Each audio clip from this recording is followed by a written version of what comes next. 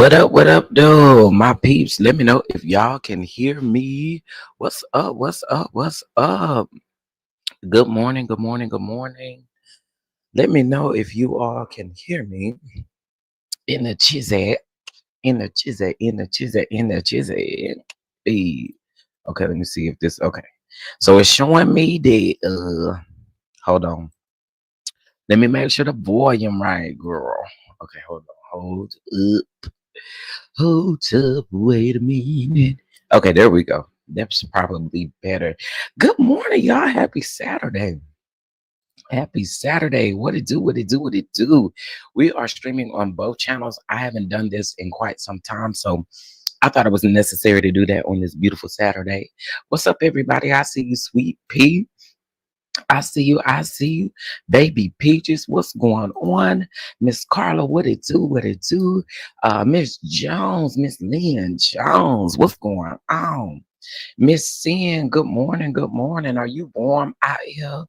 All my Dallas people, my Texas people, it's cold all over the Texas region. What's going on, Flower Bloom? Good morning. Good morning. Good morning, Stephanie. Good morning, Lee. Good morning. Good morning. Brianna, good morning. Let's see who else I've been here. Miss Linda is here. Good morning. Good morning. PDS 5428. Good morning. Let's see. Lisa's World. Good morning. Good morning. Miss Cheryl, good morning to you. Sheba from the NOLA. What's going on? How are you? T Lee, good morning. Good morning. It's Cookie Dough. Good morning to you. Let's see. Brown Mama, good morning, good morning. Just being me, good morning, good morning, good morning. Okay, listen, y'all, we got a lot to talk about this morning, okay? We're gonna be, of course, do y'all got your coins ready today? Okay, y'all got your coins ready today? Because we'll be over there on TikTok today. Okay, do y'all got your coins together? That's what I want to know. Do you have your coins together? Okay. I got me a few coins together because I need some more oils, honey. I need some more Seventh Avenue oils. Okay. And so yeah, I hope y'all got your coins together. What's up, Miss Angie B? Good morning. Leo, good morning. Mimi, good morning. Good morning. Um, Miss Angie B, Miss Mimi, hey Miss Gwen. Okay, so again, hopefully y'all got y'all coins together for the TikTok live one today. All right. Listen, all things that are going to be said in this video are alleged and in my opinion, honey, and we're not gonna fight about it. We're not gonna argue about it. We may disagree about it, but we can disagree respectfully. Okay. All right. Please do not mention other CC's names in the chat, and also too, please be respectful. All right. Period. That's all I ask. That's it. That's all I ask. Okay. Oh, and no excessive caps and all that kind of stuff. Okay. Other than that, we good. We Gucci, baby. Hey, Miss Chevelle, did I say that right? Oh Lord, I hope I said it right. Hope I said it right. Let me tell y'all a little secret. Yesterday I got in trouble by not really in trouble, but my manager, uh, she had asked me the name of somebody that's kind of important in our department, and honey, I gave her the total wrong name. Honey, she said, I'm gonna need you to remember the real person's name because you just gave me a whole totally different name. I told you I ain't good with names, honey. Good morning, Ashley. Good morning, good morning, good morning. Yes, she got some new sense. So we're gonna talk about melodies, TikTok live in a minute. We're gonna talk about Bishop TD Jakes, y'all. Listen, I got the lawsuit, honey. I got the lawsuit, okay, between him and Dwayne Youngblood. And there was a motion filed last night while we were slumbering and sleeping, slobbering and stuff, snoring and stuff. There was some stuff that was put out, some damning allegations we got to get into, okay? I even had to put that in my title, okay? Because, girl, then we're going to get into Jaguar, right? I got something to say about Carlicia. And y'all, we sure got to talk about Portia and Simon. Baby, Simon has been deported, girl. I kept saying yesterday when I saw Portia's post That was before I saw that he had been deported or that he had been arrested by ICE. Girl, I was like, what is Portia talking about? Then I went and looked. Oh, so we got a lot to get into. We got a lot to get into. And then later on today, we are gonna watch the Hulu documentary. Shout out to Tracy. I see you, Tracy. What's up? Good morning. Good morning. Shout out to Tracy. Um, uh, we're gonna also watch the documentary on the bishop. Y'all know y'all favorite bishop, you know. You as he turns. This great leader. Chief Apostle Lamar Miller Whitehead. Come on.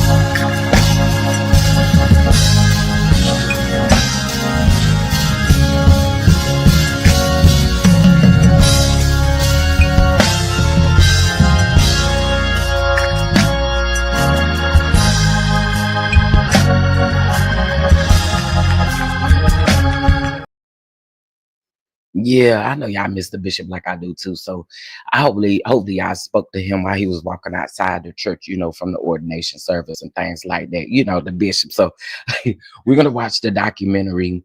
If we don't get to it by this evening, y'all, because I got a lot of content that I'm recording. There are some shows that I've been watching, like Family or Fiance. I'm reviewing on the backup channel, so stay tuned for that. So if we don't get to it today, we'll for sure get to it tomorrow. Okay. I'm off today and tomorrow. Thank God. What's up, Dee? Good morning. Good morning. Good morning. Okay, so let's go ahead and get into some things, girl. Let's go ahead and get into Simon and Portia, honey. Oh my God. Listen. When I saw this, I was gagged. Okay. Now, can we be petty for a minute? Can we be petty for just a minute? How many of y'all think Portia may have called people?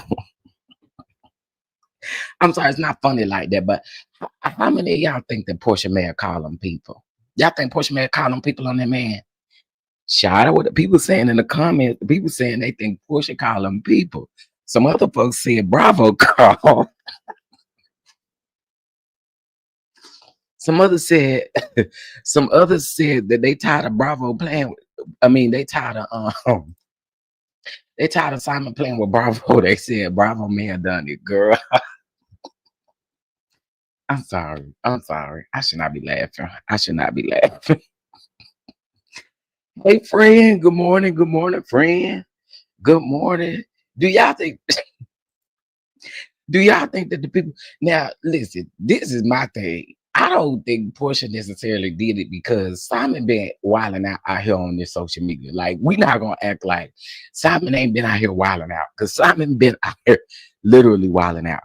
Oh, speaking of wilding out, y'all, I also got the lawsuit between Zeus and what's the production company, Viacom. I got that lawsuit too, guys. So we're gonna go over that at some point this weekend. All right, let's get into it, child. Let me share my screen. And then let me remove this and we're gonna get into it.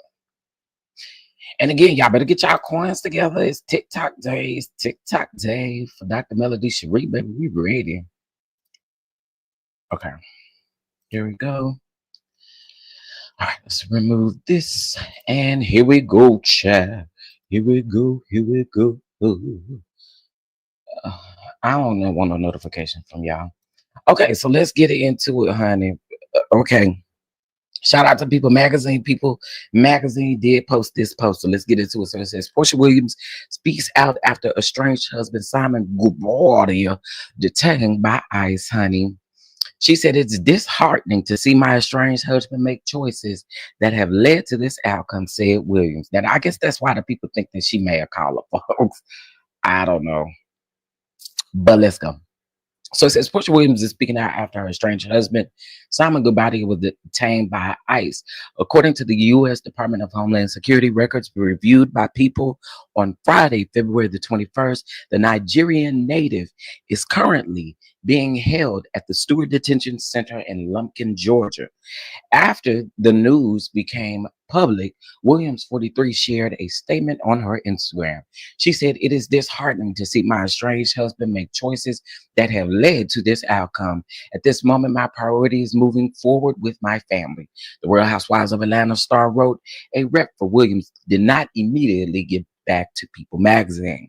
All right. His deportation comes amid President, y'all see that name right there? I'm not saying that fool's name over here, which is why I'm about to drag Jaguar Wright in a minute.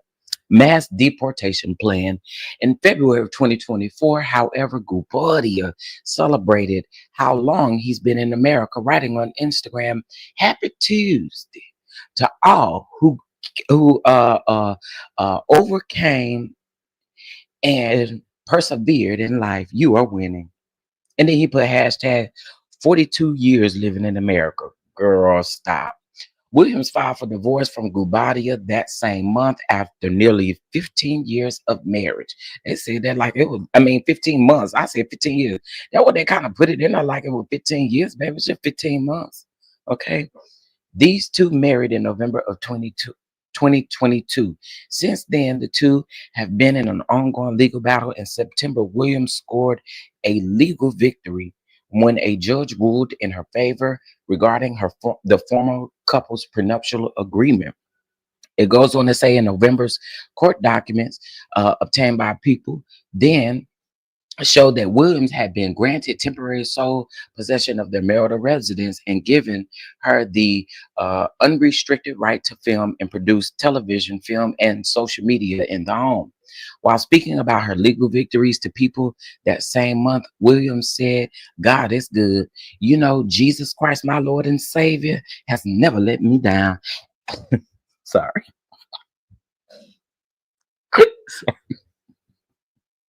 Okay. He has never let me down. Uh, and at the end of the day gotta end. Excuse me, that's not what it says. It says at the end of the day, people are gonna make take their shots. People are gonna try to speak on your future and what it is, but it's already written, baby. She continued. You can't mess that up. It is what it is. Okay. And then she went on to say, "You just got to stay strong and just know that the next day can be better than your current day," said Williams. You better preach, Williams. Okay, so anyway, again, I was gagged. I was gagged when they said that he was he was detained. It gagged me a little bit, but the internet is undefeated. I'm just telling y'all, the internet is extremely undefeated, and here's why. Hold on. Just hold on. Here's why the internet is sincerely undefeated. Already, y'all play too much. Y'all play entirely too much.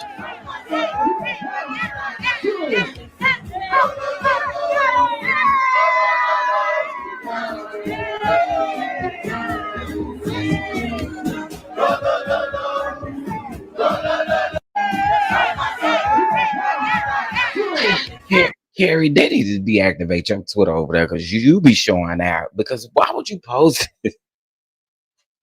Why would you post this? I'm trying not to laugh because it ain't funny. But girl, um, oh, you mean Jesus, not Jesus. Jesus. Jesus. Hey, Faith is a substance. Hey, Cam. Hey, Creole. What's going on, everybody? What's up, Moose Nucks? That's coming in. Hey, y'all. What's up? What's up? What's up? Child, the people play too much. The people play too much. Okay, the people play too much. Sitting up here putting this thing up here from when they was at their wedding and one of their weddings, gyrating and jiggling and stuff. Child, Portia, Portia. I don't know if you did it, sis, but the people think you did it. But even if you didn't do it, Simon has done his fair share of stuff in the media, though, to get caught. Like, let's just be for real. Like, you came out here, you was talking about all these things. You came out here talking about Bravo. You came out here talking about all these things. So we can't say that the people won't already looking at you. You know what I'm saying? So, I'm not trying to laugh, Dee Dee. Maddie, I'm really trying not to laugh. Okay, I'm trying not to laugh. I'm just telling y'all, I don't really think, me personally, again, I don't really think it was Portia. I think that he has done his fair share of putting himself out there. And then y'all can't forget that right before the divorce stuff came out, it had already came out about his citizenship and all that kind of stuff. So, but somebody go over there and call Fallon. What y'all think Fallon got to say about this? Fallon, what's her name? Fallon, whatever, Pina, whatever her name is. She done got back with Jalen and stuff like that. They had another baby from what I heard. So listen, sorry for you, Simon, but you was out here bumping your guns and stuff, and I think that's why you got caught up. But hey, who are me? Who are me, honey? Who are me? Child. Well, Phelan, they were going to have to call you and see what's going on over there. So since we talking about this stuff, let's go on and get into this pick me up. Hold on. Cause see, you know what? This right here, I feel like Fallon got something to say too. I do too. I feel like she gonna come out and say something. I do. I feel like her and Dennis gonna have something smart to say. But anyway, yeah, I really wasn't gonna talk about this. I wasn't. I was not gonna talk about this, but I believe it deserves to be talked about. Jaguar. Now, why? And listen, I'm not accepting nothing that's coming from them, from that orange man or none of his administration. None of it. Okay, none of it. Do you hear what I'm saying?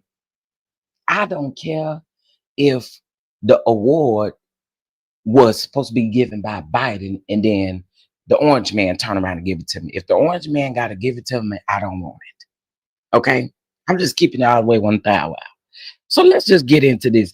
And I want to know y'all opinion on this too, because anyway, let's go. Jaguar Wright was the recipient of a special award during a ceremony on Tuesday, February the 18th, by the America's Future Inc., nonprofit organization presented by General Michael Flynn. Okay, the singer was one of several individuals honored at the event, which was held at his club in Palm Beach, Florida. I'm not stepping foot in nothing you own, nothing you got going on. But you know what, Jaguar? There's people say you've been through enough. The people say you've been through enough, but I'm still okay. Anyway, Jaguar Wright, a voice of truth and courage, began the post share across the America's Future social media platforms. Tonight, Jaguar Wright was honored with the Defender of Freedom Award presented by General. Okay, y'all see it. Okay, fearless dedication to truth and justice as a bold and unapologetic voice in the fight for transparency and accountability. Jaguar continues to shine a light where others fear to tread. Uh,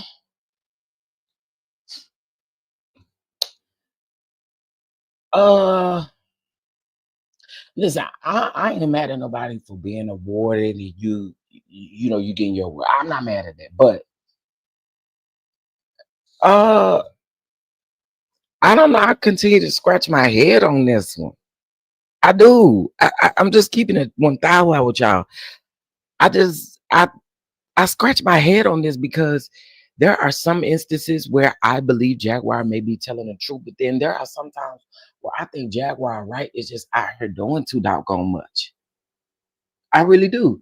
Some stuff I can believe, but some of this other stuff that be coming out of Jaguar Wright's mouth, I'm like, now, ma'am. Now look how quick they took that interview offline. Look how quick. Listen, okay. Jaguar, I'm what Kim Empire be saying, twerking on the fence. I twerks on the fence when it comes to Jaguar because again, sometimes I believe what Jaguar says, and then sometimes I believe Jaguar just takes things extremely too far. Okay, I do. Like for instance, this how Jaguar Wright talk. I know his parents, and I told his parents that if you don't get him together, F your mama. F your mama. I know your mama. I've been knowing your mama for a long time. When she came out here talking about Brashard Gray or whatever his name is for Empire, baby, she know all of his family members. I'm talking about his cousins, his aunties, his uncles, his daddy, his mama, his grandmama. She know all his dead kin peoples, and I mean his dead kin peoples from before he was born. She walk around here acting like she be really knowing these people. And I'm sorry, but Jaguar don't know every doggone body. I just we listen. Yes, you've been in the industry, which is why some things I do believe, but then some things again I feel like she be taking it too far. You know what I'm saying? So, but I wouldn't be accepting nothing coming from no administration that got to do with that orange man. I wouldn't go to nothing held at no club, no nothing. I won't be doing none of that. Okay. Find somebody else to give it to. Okay. But y'all know what y'all gonna say. Y'all gonna say congratulations to Jaguar. Is that what y'all saying? Look at her. Oh, did you really want it, Jaguar? She got a old stank face. Oh, now why Jaguar got this stank face like that? Oh, now girl, you ain't even happy about the reward, or is that how Jaguar smile? What is this not like a mug or something? Is that I mean, what is this? This don't look like you excited about that award and you're not cheesing from east to west or nothing like that. It just look like like you smell shit or something. What y'all think? You know what she look like she smells shit or something. What okay, let me get over to some of y'all comments. It's 179 people, 180 people watching between both channels.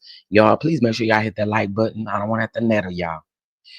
What y'all think? I see on Twitter that there was a lot of house ninjas at the event. Now, Gigi, I believe it. I absolutely believe it. But can somebody tell me why she look like she smell poop? Like she smell shit or something?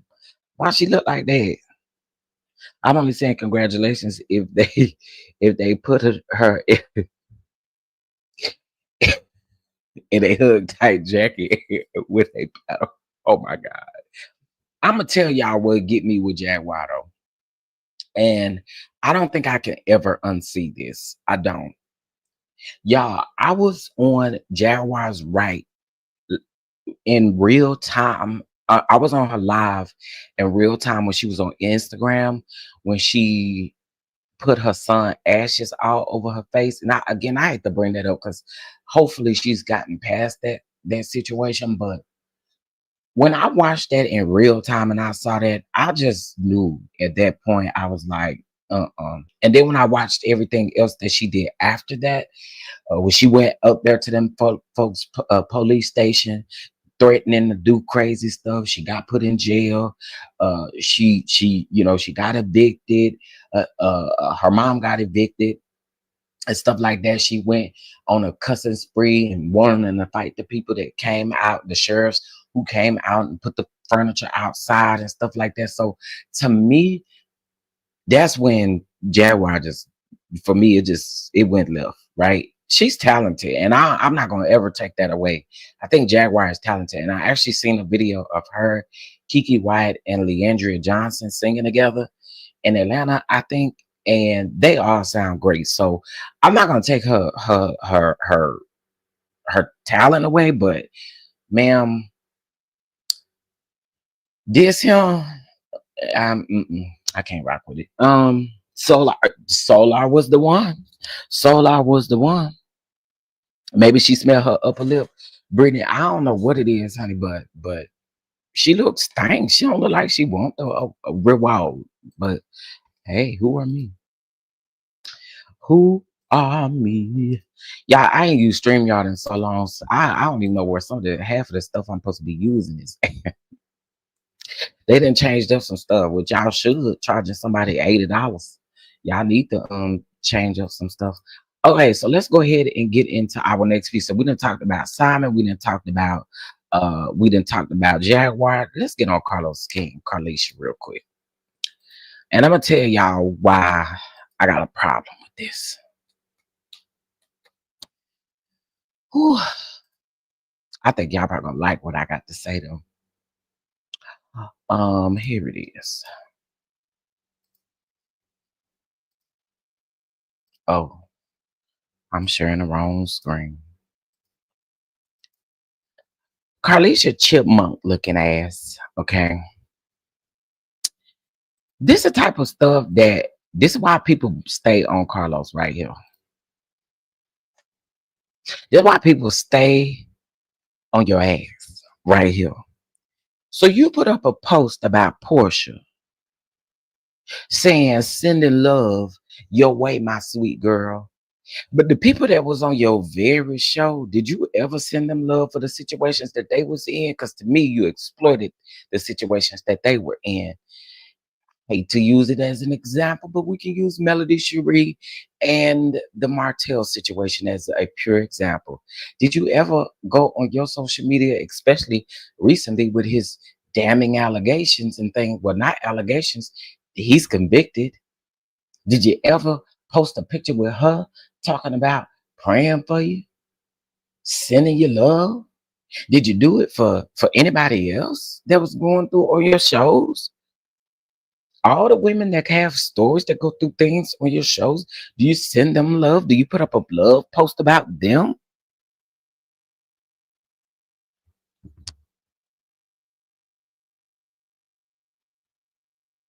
I don't think that's different. I don't think any of that's different. I don't give a damn if that's your friend. Look how close he hollered he was to Melody. Look how close he hollered that you know, me and Melody are great friends. You know, we're great friends. But I've never seen, and I'm just using Melody as an example, but there are plenty of women that I could use as an example who have went through some crazy things on his shows, and I've never seen him do this. Regardless of if they your friend or not, you send in love. That's it. He ain't going into a whole deep explanation. What's the difference? What's the difference? Help me understand. Do y'all see any difference in it? I don't see it. I don't see the difference. I just don't. I don't see a difference. Right. Melody received an award. You didn't even put up no post saying congratulations or nothing. The point I'm making here is even if that's your friend, you don't go about treating everybody that you should this way. And that, I mean, it's just facts. It's facts. It is absolutely facts that you don't do this with other people that you should be doing it with. In my opinion, what you use it as a way to exploit their story versus helping them or versus sending them love was, you know what I'm saying? I don't, I don't, I don't know. When I saw this, I immediately was like, girl, you don't do this for your own people. Yeah, he claimed Mel was that girl for him. You know, Mel is my friend. Mel is this. Mel is that. But you didn't do that. All the other people, even on the other shows, you've done the same thing. So to me, again, I just think it's crazy that I think it is just ultimately crazy. I do, and I just gotta call it out because this is what I see. It's what I see. It don't cost him nothing. It didn't cost him nothing to make this post. It don't cost him nothing to make any other post surrounding anybody else that he should be sending love to. I don't know. It's weird to me, and I brought it up for a reason, honey. Okay, hold on, y'all. And baby, I don't want no Amazon music. The hell y'all send me emails for. Hold on a minute, y'all. It doesn't cost anything to say congratulations at all. Um, Chef CK or OWN hasn't acknowledged Mill's departure from the show. They did something for Stormy. And I don't understand that either. I don't understand it either. And maybe Melody could still be talking to OWN, and maybe they could be working some things out. Who knows? You know what I'm saying? No one really knows. I think when it comes to him, she brought you this idea. She did a lot of things, and for you not to acknowledge it is really weird to me. It is. It's definitely weird to me. It's weird to me. But anyway, let's go ahead and move on. I just saw that, and it bothered me. It bothered me. He acknowledged everyone that has left his shows. Happy? Because he really didn't acknowledge So Gucci, according to So Gucci. He called So Gucci to get her to come back on the show. So instead of doing like a exit phone call to say, "Hey, what was the reason? What was the root cause for you leaving my show or leaving the show? What was the root cause of that? How can we help fix that situation?" That's what he should have been doing, but he didn't. You know what I'm saying? Like he didn't do that. He called them to see if they'll come back on the show, so you don't have to hire more bells. That's you know what I'm saying? Like, so I don't know.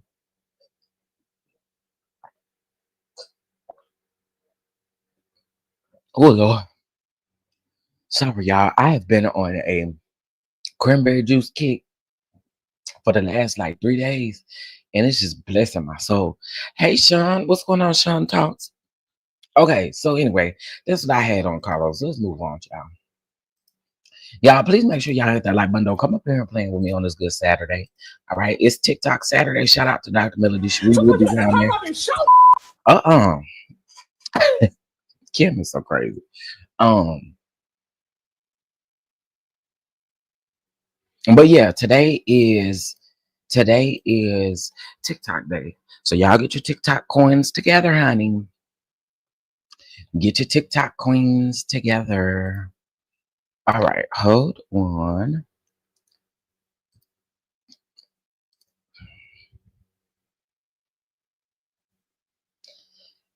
All right. Um.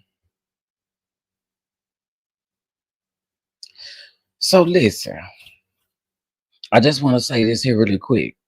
So, uh, let's get into this Bishop Jakes and Dwayne Youngblood stuff, y'all. My God, from Zion, it's a lot. It's a lot. Okay, it is a lot. So I'm gonna put this up here, but I'm probably gonna be skipping around. So hold on. And one of the reasons why I'm going to skip around on this is because I have not redacted names. I mean, not names, but I haven't redacted some things. And there are some, even though these are public documents and stuff like that, I still be trying to redact names and certain things because, it be some crazy stuff going on out here in these streets. So give me 1 second and we're just going to hit the important parts of this because, y'all, this document is 130 something page, 140 something pages. So we're not gonna get into all of it, but we're gonna get into some. Okay. So y'all, please make sure y'all hit that like button, and let's go and get into it, honey. And I ain't gonna keep you long on this topic. All right. Let's see here. Okay. Let me go back to my notes. Hold on, so I know what pages to read and what not to read. All right. So this is in regards to the Dwayne Youngblood and Bishop Jakes situation, and when I tell y'all this got me over here gagged. Okay. Um. All right. Let me. Okay. So let's get into. Hold on. Let's see. So basically, what's happening here, y'all? They have Tyrone Blackburn, if y'all don't know who Tyrone Blackburn is, he's been around for quite some time. He is representing Dwayne Youngblood, and then of course, uh, uh, uh, Jakes has his own legal team. So let's go ahead and get into it. Uh, we're gonna start with page 17, I think. Yeah, we're gonna start with page 17. I don't really care about what Jake's really got to say. Let's get into what Dwayne Youngblood is saying. Okay, so let's get into it. He says, I, Dwayne Youngblood, under penalty of perjury under the laws of the United States, that is the foregoing statement, are true and correct to the best of my knowledge and belief, and I understand that my false statements made herein may subject me to criminal penalties. Okay. All right. So let's go. I want to begin by addressing my criminal history. I took plea deals in two of my cases and pleaded guilty in one. At that time, I was not emotionally or psychologically present. In 2006, I was arrested, and in 2008, I accepted a plea deal without confronting the issues inside of me. I returned to pastoring and tried to push through the situation without addressing my pain. I failed to meet the requirements of my plea deal, violating it and leading to another arrest in July of 2014. 2 days before my trial, I read the victim's statements and realized how wrong it would be to discredit him. On the morning of the trial, I changed my plea to guilty, and the judge sentenced me. Because I was on probation, I had to face my original judge for the violation hearing. While on probation, I attempted to start a church in Cleveland, Ohio, which required weekly travel. I had a paralegal prepare travel plans, but although we adjusted hotel bookings regularly, I failed to report those changes to the court. This caused my travel to be restricted. My drive to please others and to be accepted caused me to neglect the requirements that could have kept me from further violations. So, what he's doing here is he's letting us know his past, he's letting us know why his probation was violated and all of that, because if you guys are not caught up, that's what this is in response to. Okay, hold on. Okay, there we go. So he says that while on probation, okay, I read that part. Okay, at my probation violation hearing, my attorney warned that the judge would be harsh because I had violated a generous 2008 deal. The judge sentenced me to 5 to 10 years in prison, removing my previous street time. I was incarcerated at Camp Hill Prison and the Forest Prison until my release in May of 2020. Yet, even with my release, I had not addressed the deep-seated issues driving my behavior. I no longer pastored, but tried various business ventures while still avoiding the core issues within me. While on parole from 2020, I had violations that sent me back to prison for periods of 3 to 9 months. In July of 2021, I began seeing a therapist at the Presage Center to confront my struggles with sexual identity and behavior. Along with my state mandated therapist, we explored the trauma I had experienced in childhood and adulthood. I began to deal with and understand myself more deeply. In June of 2022, my father passed away.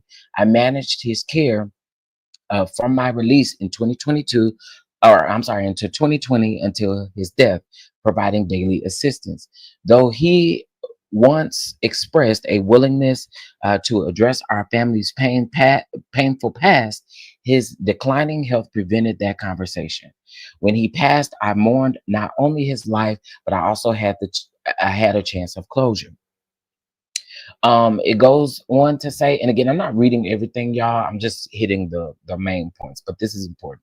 Shortly after his passing, I violated parole while withholding important personal information from my therapist.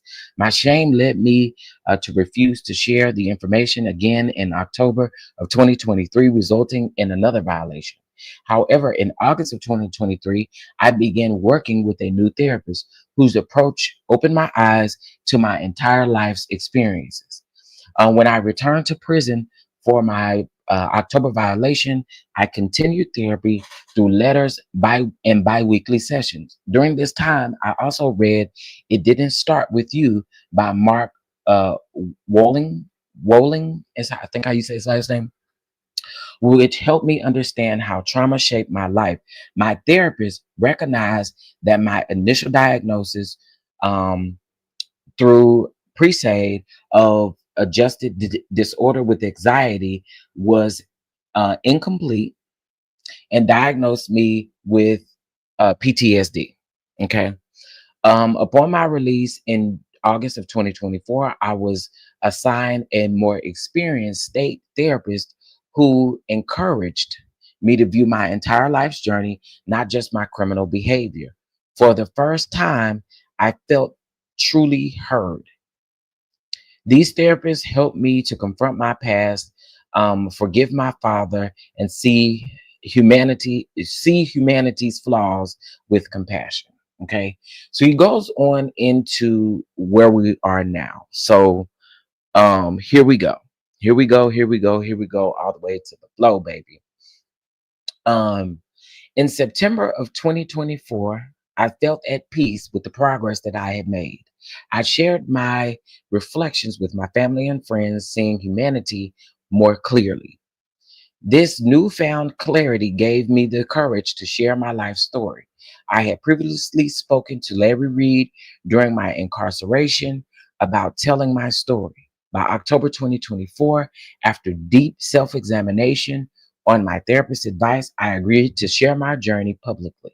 My therapist assured me that sharing my story would help both me and others. In alignment with the principles of the 12 steps, I sought to make a um sorry y'all, lost my place, Lord. Okay, I sought to make a moral to be moral and admit the nature of my wrongs. With this heart, I appeared on Larry Reed's platform. During my over 2 hour interview with Larry Reed, I discussed my life from age 9 to age 57. The interview was not about Bishop T.D. Jakes or any one person. It was about my life journey. I addressed my abusive behavior first, knowing it would deeply impact many. However, I believed that sharing my entire story, the big picture, was necessary for my healing and for helping others avoid the mistakes. I spoke at length about my father abusing my younger sister, and me hearing it from ages 9 to 14, most Tuesdays through Fridays. When I spoke about Bishop Jakes, I recounted my experiences, not blaming him for my criminal actions. And that is the thing. Jake Stem is wording this as if he's blaming Jakes for his criminal action, when that's not all he did. In that, that's not what he did. I would have to agree with that. And honestly speaking, y'all, Bishop Jakes just happened to pick this thing up. But if you go back and listen to that actual interview, he did not only speak about Jakes, he spoke about several different people. So I thought I do think that's crazy. But anyway, he says that when I spoke about Jakes, I was recounting my experiences and not blaming him for my criminal actions. My story covered how the trauma from ages 9 to 19 uh, shaped me and drove me to live for others' approval rather than my own authenticity. My account of my interactions with Bishop Jakes was not about violence, but about a moment that deeply affected me. I never accused him of violence. I simply shared that after a powerful meeting in or about 1986, he pulled me close and attempted to kiss me on the lips. The next day, he called me and made inappropriate offers that I have never forgotten, to make me the only person that he would have sex with when he came to Pittsburgh. Now, Jakes again, don't come for me. I'm just reading the lawsuit, honey. Okay, he said that, not me. Okay, all things are alleged, honey, and we just reading the lawsuit. Okay, I didn't say that. Dwayne Youngblood said it. He said the next day he called and made inappropriate offers that I have never forgotten to make me the only person he could have sex with when he came to Pittsburgh. That I could only have sex with him because he didn't want to give his wife anything. Now, y'all, he's standing firm on that. He said that in that interview, and he's saying it again now. Okay. He's saying that Jake's called him on the phone, and Jake sounded like he was in the bathtub, and he said, "You are the only person, and I'll take care of you for the rest of your life. You can't have sex with nobody else because I don't want to give Sarita nothing." Okay, I'm just telling you. Listen. I'm just here to read it to y'all, honey. Okay. Oh, child. Okay. I don't know why he did what he did, nor why he said what he said. That was not the reason for my interview. That is his story to tell. These memories are about him nearly 40 years old, but remains vivid because they mark the end of my belief that someone could help heal me. In or around 1993 or 1994, Bishop Sherman Watkins, who was the head of organization, uh, Bishop Jackson and I were in, attempted to mediate a reconciliation leading to Bishop Jakes speaking at my church. After the service in his hotel room, I directly asked him why he had acted the way he did towards me. His response: "My stock was rising, and I would have had sex with anyone." That statement has stayed with me for decades. I remained um, distant from him throughout my time in our organization, which lasted until I left in 2005. Okay, I'm almost done with this part, y'all. All right. I did not do an interview for a brief. I did not do the interview for the brief segment about Bishop Jakes, but to share my life's journey for over 45 years. I did not speak to extort money or cause harm. So, in case if y'all don't know where that comes from, they were basically saying that the brothers teamed up. Uh, Hate to put this out there too, but they were saying Larry was involved and some other John Does were involved in trying to extort $6 million from Bishop. Okay, that's where that extortion comes from. I wanted to share my story to help others and to continue my healing. Jermaine's claim that he tried to warn me about Larry Reed without seeing my interview is false. Jermaine blocked me before I could even respond to his message. I sought legal counsel only after these events because I feared retaliation. Attorney Tyrone Blackburn reached out on November the 1st of 2024 with encouragement, sharing his survivor experience. I later on, November 11th, 2024, asked if I could talk to him as I felt that he was a godsend and only then retained him. Okay, so again, I told y'all that Tyrone Blackburn is representing Dwayne Youngblood. The plaintiff is trying to use my criminal history to discredit my story, suggesting that my past mistakes mean that I can't tell the truth about what happened to me. This is a distraction meant to smear my character and twist public opinion. A criminal record does not take away someone's right to be heard or share their experience as a victim. I agree with that. I do agree with that. Now, do I agree that we could side eye, your criminal history? Absolutely. But I do agree with that. You do have to separate the two, because just because he is a criminal or he has done some criminal, some bad things, doesn't mean that he never had an experience. So I can agree with that. Let me see. Let me see, y'all. If it was today's Jakes, maybe, but back then Jakes didn't have money like that. I don't believe it. I didn't either. I didn't either. If he hadn't asked for the 6 million, I may believe. Right. Did we know Blackburn was taken advantage of in the past? I don't think we knew that, Tracy. I don't think we ever heard that story. Now, before you said something, I was sure to get ready to say, Um, he said up here, Attorney Blackburn reached out on November the 1st of 2024 with encouragement, sharing his survival experience. So it sounds like, based off of this, that Tyrone Blackburn may be, a survivor or something. Just do what the things say.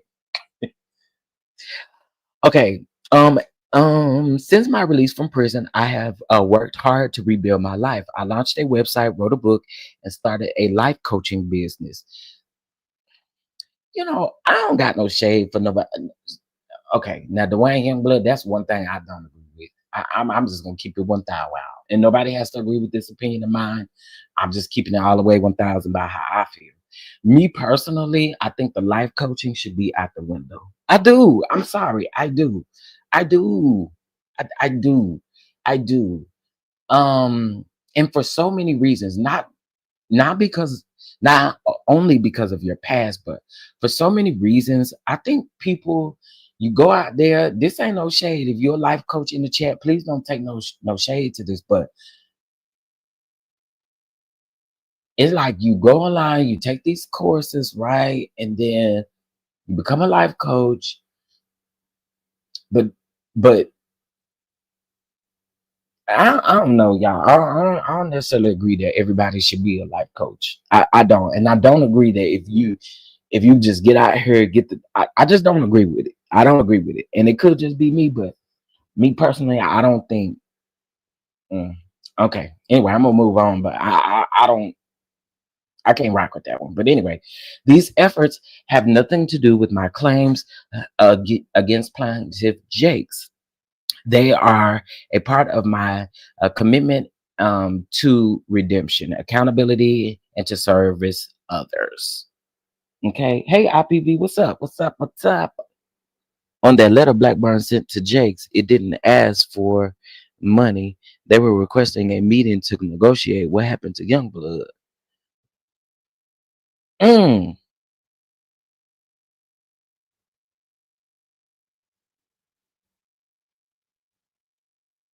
If he was in therapy, why didn't he have her write a statement instead of? Oh, we're gonna get to that in just a minute, Sean, because it's something in here. Is he coaching other people with their past like his?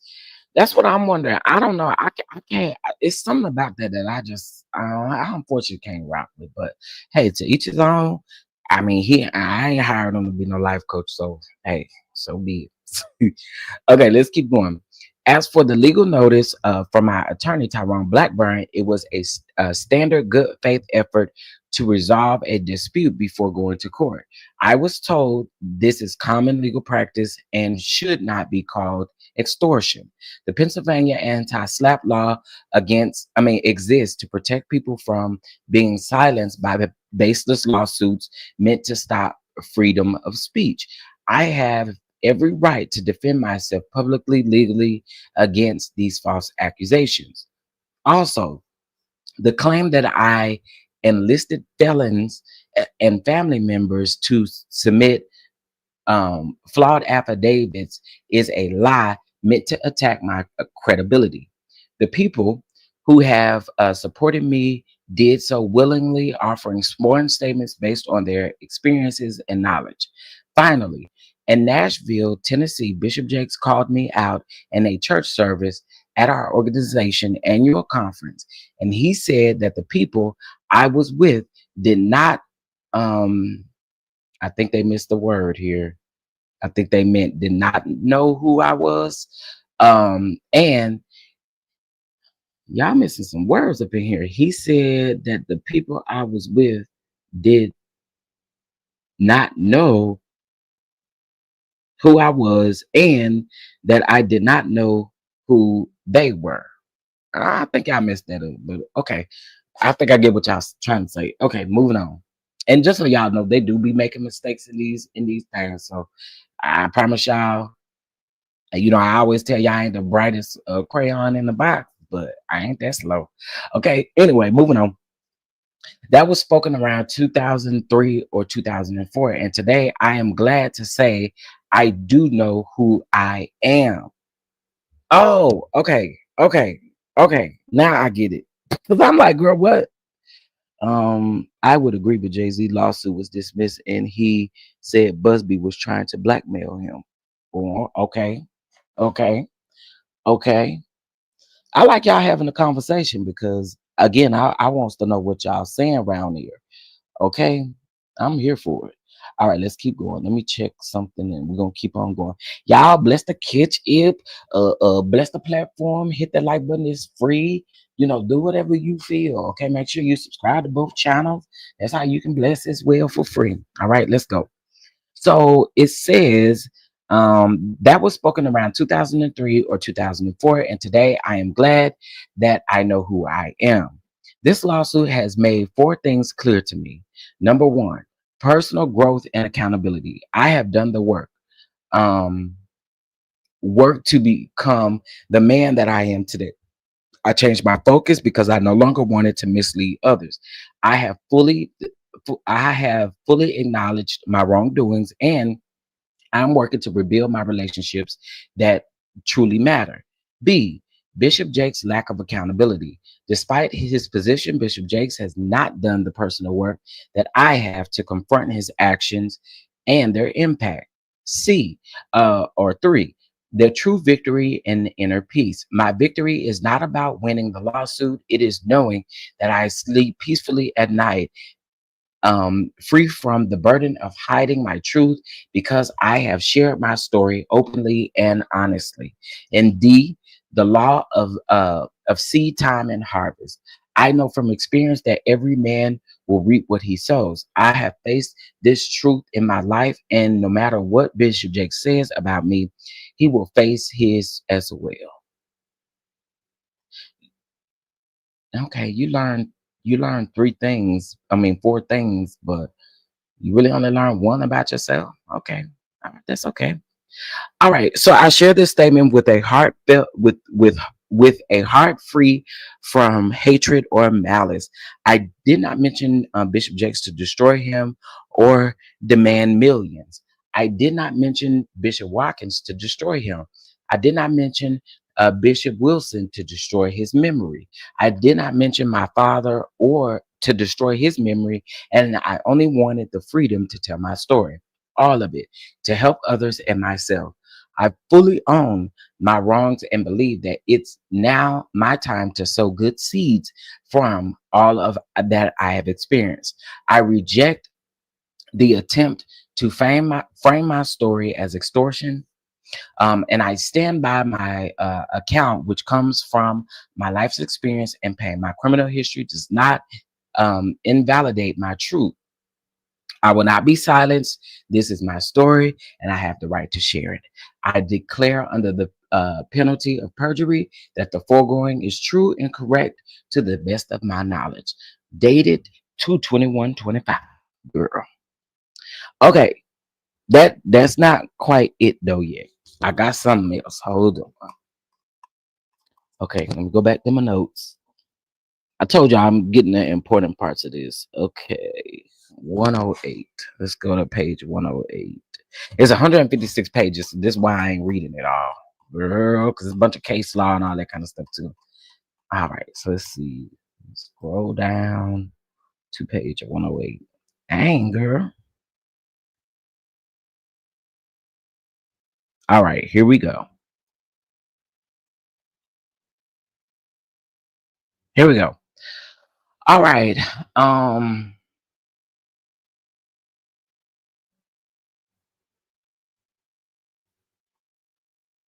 is this from? Oh, this is Linda's letter on Dwayne Youngblood. Okay, so this is his psychological evaluation, girl, that we about to get into. Okay, so y'all, he went and pulled up the old records, honey. So let's get into it. Okay, I am adding this statement. Then this was dated 2/17 of 25. I am adding this statement to my previous letter below. I began talking to Dwayne Youngblood in August of 2023 and have remained his therapist to today, um, February the 17th of 2025. Okay. Um, my interpretation is based upon the emotional symptoms reported by the client, which is consistent with the self-report of what he has experienced in his youth and also onto his adulthood. Though I am not an investigator, um, his statement appeared to be open and credible. Okay. Over the course of our time together, we have used telehealth, written communication, and video conference. Okay. So he's basically saying, like, hey, I've been treated for these things. So we about to get into this. And then we got two affidavits to get into. Okay. And then we'll be done with this. Trying to see what y'all saying. I'm willing to bet next time we see Youngblood, he's going to be skinty because I know he's stressed. Oh, he got to be stressed about this. In the beginning, it probably wasn't as stressful as it is now, I agree with you. I think he's most definitely stressed. Okay, so let's go ahead and get into it. So it says, to whom it may concern. This letter aims to provide a detailed psychological evaluation and lasting impact of sexual trauma and subsequent events on Dwayne Youngblood. This analysis reflects years of trauma rooted in his experiences with predatory behavior by permitting clergy members, including Bishop T.D. Jakes, and the cascading effects that shaped Mr. Youngblood's own actions and mental health. Background. Do we really need to go through? Oh, well, I guess we'll go through it. Do we really need to go through the background? Y'all already know the background. I don't really think we need to go through the background. Hold on. In the following years, okay, yeah. So they're addressing his past and all that kind of stuff. I'm not about to bore y'all with that. I'm not about to bore y'all with this. I'm really not, because it's really just it's really the same thing. It's just saying here that per the lawsuit, he's been able to um do these evaluations. They were able to put in here what they were able to come up with the evaluations. Of course, they're saying that his past, there was a reason why he's still sitting in his past, why he was still doing the things that he was doing. I'm not about to bore y'all with this. It's the same stuff. However, let's get into this. A threat from Jermaine Jakes. If y'all don't know who Jermaine Jakes is, that is the son of Bishop T.D. Jakes. Okay. Now, I'm not sure why Jermaine thought it was cool or cute to even DM that man. I don't know why you thought that was okay. Jermaine, you got your own things to be worried about. You just worry about not pulling your Peter Wacker out in front of nobody either. Okay. Why would you? What? So that's what I wants to know. Why would Jermaine even think? And again, I get it. That's his dad. But why would you ever think that it was okay for you to DM this man and low key threaten him? What you thought you was gonna be able to get away with that? And you thought that was gonna help your daddy? How? How? And then after you sent the threatening message, then you turn around and block Dwayne Youngblood. Now that was too much. I think you should have made your business here. Go there and talk to your kid stealing sister. How about that? Anyway, let's go. A message perceived as carrying a direct threat of harm from Jermaine Jakes has profoundly amplified Mr. Youngblood's psychological distress. Baby, I'm not even mad for what you're doing right here. I'm not mad for what you're doing right here, because he had no business. He had no business going over. Let's just keep it all the way 1,000. Wow, that man had no business going over there saying nothing in that man DM, especially threatening him. He did it. So it says the explicit nature of the threat triggered intense flashbacks linking to the danger to his unresolved trauma from childhood abuse. This event has heightened, okay, leading to increased panic attacks and being sleep deprived, honey. His fear of physical harm now dominates his daily life.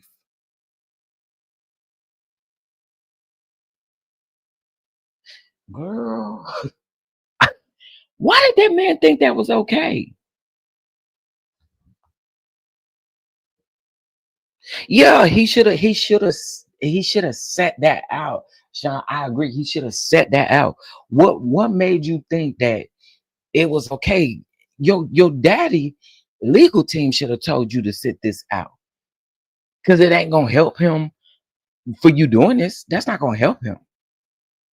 So anyway, it describes this. It describes the emotional turmoil. It describes all of the things that he done just based on him sending that threat or sending that DM to him when he should not have. Okay. Let's see. Is there anything else that's really important in here?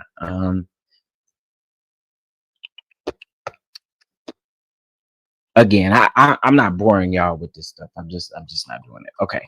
So let's go to the next pages. 121 and 122. Okay, so we have another affidavit. So I'm gonna read this affidavit, and I think this is the last affidavit. And I got one more thing to read, and then we good. All right.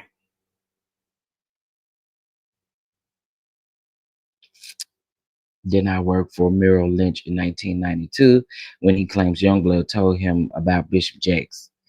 Okay, so here we go. Now, what this is to help do is to set a setting, right? That he didn't just get on Larry Reid's platform to expose Jakes or to solely expose these preachers. What he's trying to do is build up this thing to say that he's been talking about this situation for years, right? It didn't just come up in 2024. It's not something that he just came up with. It's basically setting the tone to let you know that things have been happening since the 90s. Okay, so let's get into it. I had retired from a 35-year career in the financial services industry. Um, as demonstrated on FINRA broker check, I was first licensed on May the 20th of 1989 while serving in the capacity of a financial advisor for Merrill Lynch Co. Over this 35-year period, I served the public marketplace with honor and um, without any inappropriate behavior. As referenced in my first letter, I specifically stated on or about I did not have a specific date for when I had a conversation with Dwayne Youngblood concerning matters that pertain to Thomas Jakes.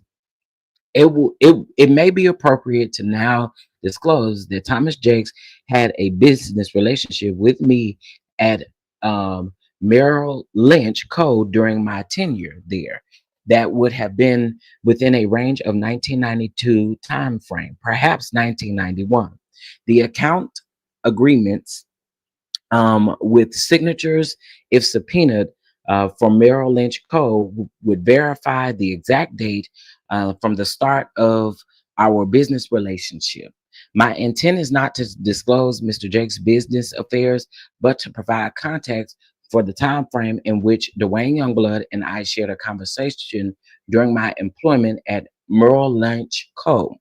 I pray that my goodwill assess as I can't say that word, child, is not to misrepresent, as I have no plea for or against Mr. Jakes. And I pray that Mr. Jakes' response through counsel is not really coming for him, is basically what he's saying. And he's saying how Youngblood is also misrepresented by said counsel for simply sharing his experiences. Just basically saying that Jake's counsel is trying to diminish that man's experience based off of his past. Okay, so this won't do me no good to show that. 137, and then we're good. All right, so we have a sworn affidavit from Mr. Timothy Anderson. Okay. All right, and I'm only saying this again because this is public record, honey. This is public record. So we're gonna read this one and then we'll be done with this situation. And it's one page, y'all. Wait a minute. I lied. I lied, honey. Oh, oh, oh, oh, wait. I lied, honey. we're gonna get into the real tea in just a minute, baby. They highlighted some stuff in here that we got to talk about. It's highlighted, so we won't do it for long. Okay, let's get into it. All right. Sworn affidavit. Personal background. I am 57 years old. I am a male.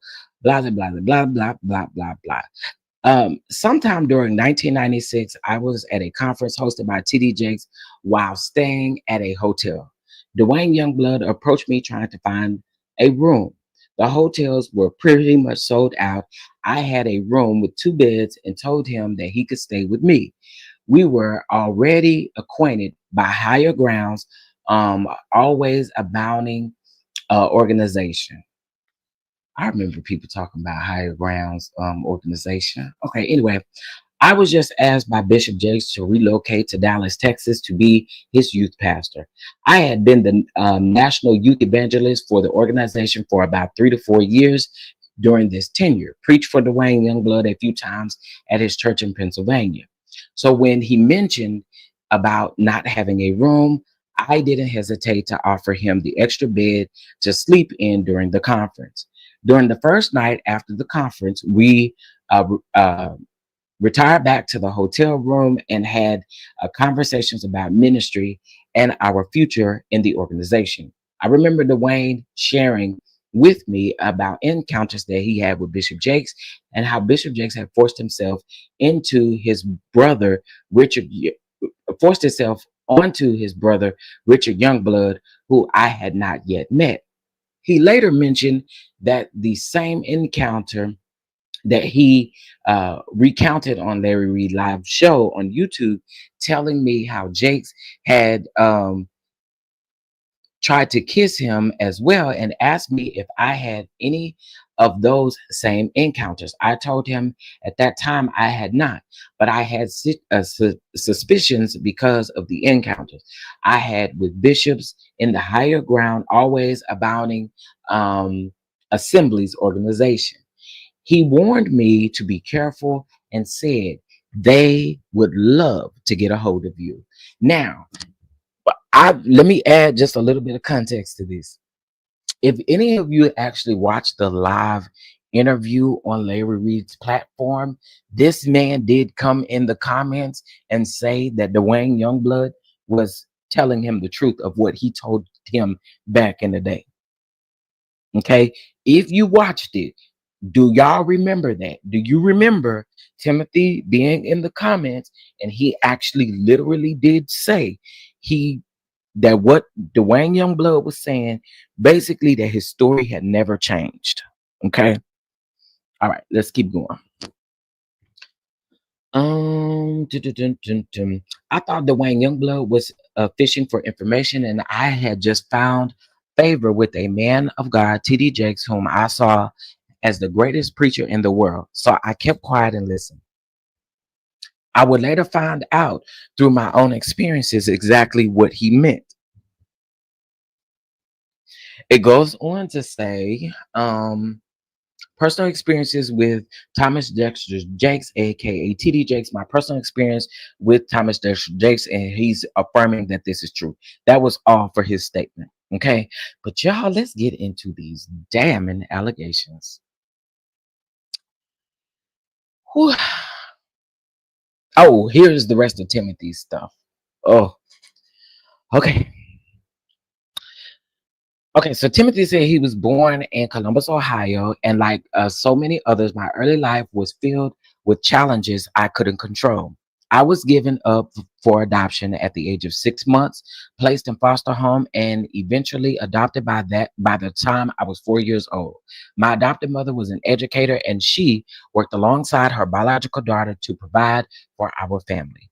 Life seemed to be on the up and up until my mother' health began to decline and I was under the 10 years of age. Okay. That's when everything began to change. Unable to care for me due to her illness, my adopted mother placed me and my brother's ranch where I spent, oh, in a boys' ranch, I'm sorry, where I spent the next 8 years. drifting in and out of foster homes and group homes. During this tumultuous time, I found myself living with people I met on the streets. Survival became a daily battle, and my instincts took over. I often found myself stealing from stores just to have food to eat. Those days blurred into one another, marked my desperation and fear. All right, living on the streets, the harshness of that life quickly shaped me. I ended up in and out of juvenile institutions, and my once clean record began to build a rap sheet of offenses. Okay, so he's talking about that. All right. I remember some nights lying down in gas station bathrooms, cold and alone, with nothing but the sound of passing cars and the occasional flickering of lights to keep me company. I had to rely on myself to make it through. Okay. I found myself selling rugs from the local kingpin just to make enough money to eat or find shelter for the night. In those moments, I wasn't just a teenager fighting for survival. I was someone who had began or who had been broken down piece by piece by a system that abandoned me in every turn. Okay. The world around me felt like it had nothing left to offer, and yet I pushed on, always just one step ahead of everything that threatened to swallow me whole. Okay. And if you're just coming in, I want to say hey to everybody. Southern Phoenix, what's going on? Now, as far as him being a life coach, some of the best coaches are previously offenders of said issues because it allows them to identify, understand, and see. Okay, okay, I can agree with that. I can agree with that. Thank you for your perspective on that. Thank you for your perspective. Um, okay, sorry, y'all. I had to respond to a text. Okay. Reflecting on the pain, these experiences, this a consistent battle between survival and hopelessness, would stay with me forever. It was life that no child should have to live, and yet it was my reality for many years. Okay, so he talks about that. The aftermath, what led up to. I'm skipping around, y'all. Some of this stuff. Okay, we get it. We get it. We appreciate you for telling your story. This moment didn't immediately change everything. Change rarely happens overnight, but it was the first step. Over time, I started distancing myself from the rug kingpin and people who were a part of that world. The girl became someone I looked to for encouragement, even though I wasn't sure what the future held. We didn't become a couple or anything like that, but she became a beacon somehow who had seen a glimmer of light in me, and while others saw darkness. Okay. Her belief in me wasn't enough completely to erase the past, but it was enough to make me want to try and be something more. Okay, so he's talking about that. Let's get into this part about Bishop Jake's child. After the unforgettable night at the revival, everything in my life shifted. I couldn't deny the clarity I felt, the sense that God had specifically ordained this path for me. The laying of hands by Bishop T.D. Jakes and the prophetic words he spoke uh, ignited something in me. I was no longer the man that I had been before, caught in the cycle of crime, desperation, and uncertainty. I had been chosen for a purpose, a calling, and a calling greater than myself. The dream I had in prison had come alive in a way that was undeniable. Okay. I wants to get to these highlighted parts. Hold on.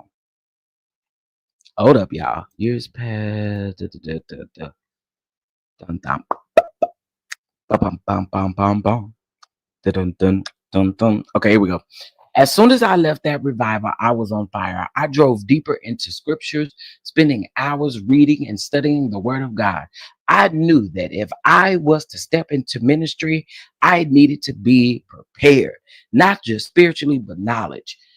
I began to seek out opportunities to serve in any way that I could, whether it was leading a prayer group, helping organize church events, or volunteering at outreach programs. I was there, eager to learn and give back. The next few years were all about foundation. I wasn't rushing to be in the spotlight, but I was determined to build my character and understanding. Ministry wasn't just about preaching, it was about living out the gospel, walking in humility, and serving others in every way possible. I looked up to Bishop Jakes, who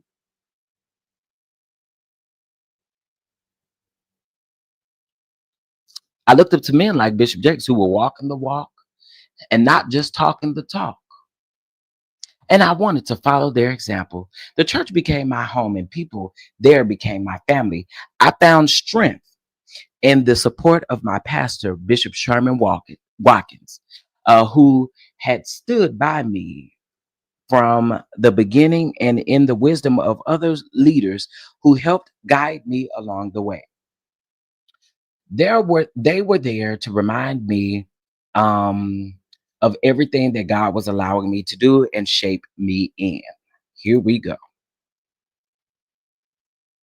As I became more involved in the ministry, new challenges arose. There were times when doubt crept in, and I questioned whether I truly was equipped for the calling of God and the calling that God had placed on my life. My past, though forgiven, still lingered as a reminder of who I had been. I wondered if I was qualified, if I truly had the ability to lead others to Christ when I had once walked such a broken and damaged road myself. Okay. Mm, hold on, y'all. Cause honestly, I don't care about how you was doing in leadership. I don't. I don't. I'm just keep it above. Um Proud challenging. Dun, dun, dun, dun. It didn't bring you here for my daughter.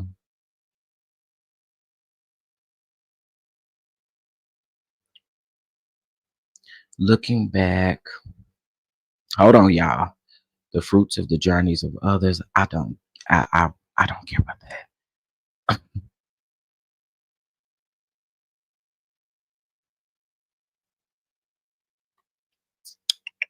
Hold on, y'all. Hey, everybody, y'all, please hit that like button. Please, please, please. If you have not voted for the Boss Bay Awards, please make sure you do so. I would appreciate it. Some heavy hitters in each category. Some of my sisters and brothers out here in these YouTube streets. Shout out to Really B. Shout out to Bondi Blue. Shout out to Binge Worthy. Shout out to Scotty. Shout out to the people who are nominated. Y'all, please make sure you don't forget to vote. All right, so let's see.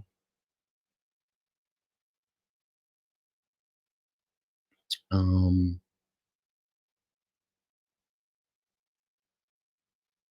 Hold on. Approach my role as a leader. I learned that the ministry wasn't just about preaching. I keep feeling like you keep saying that over and over again.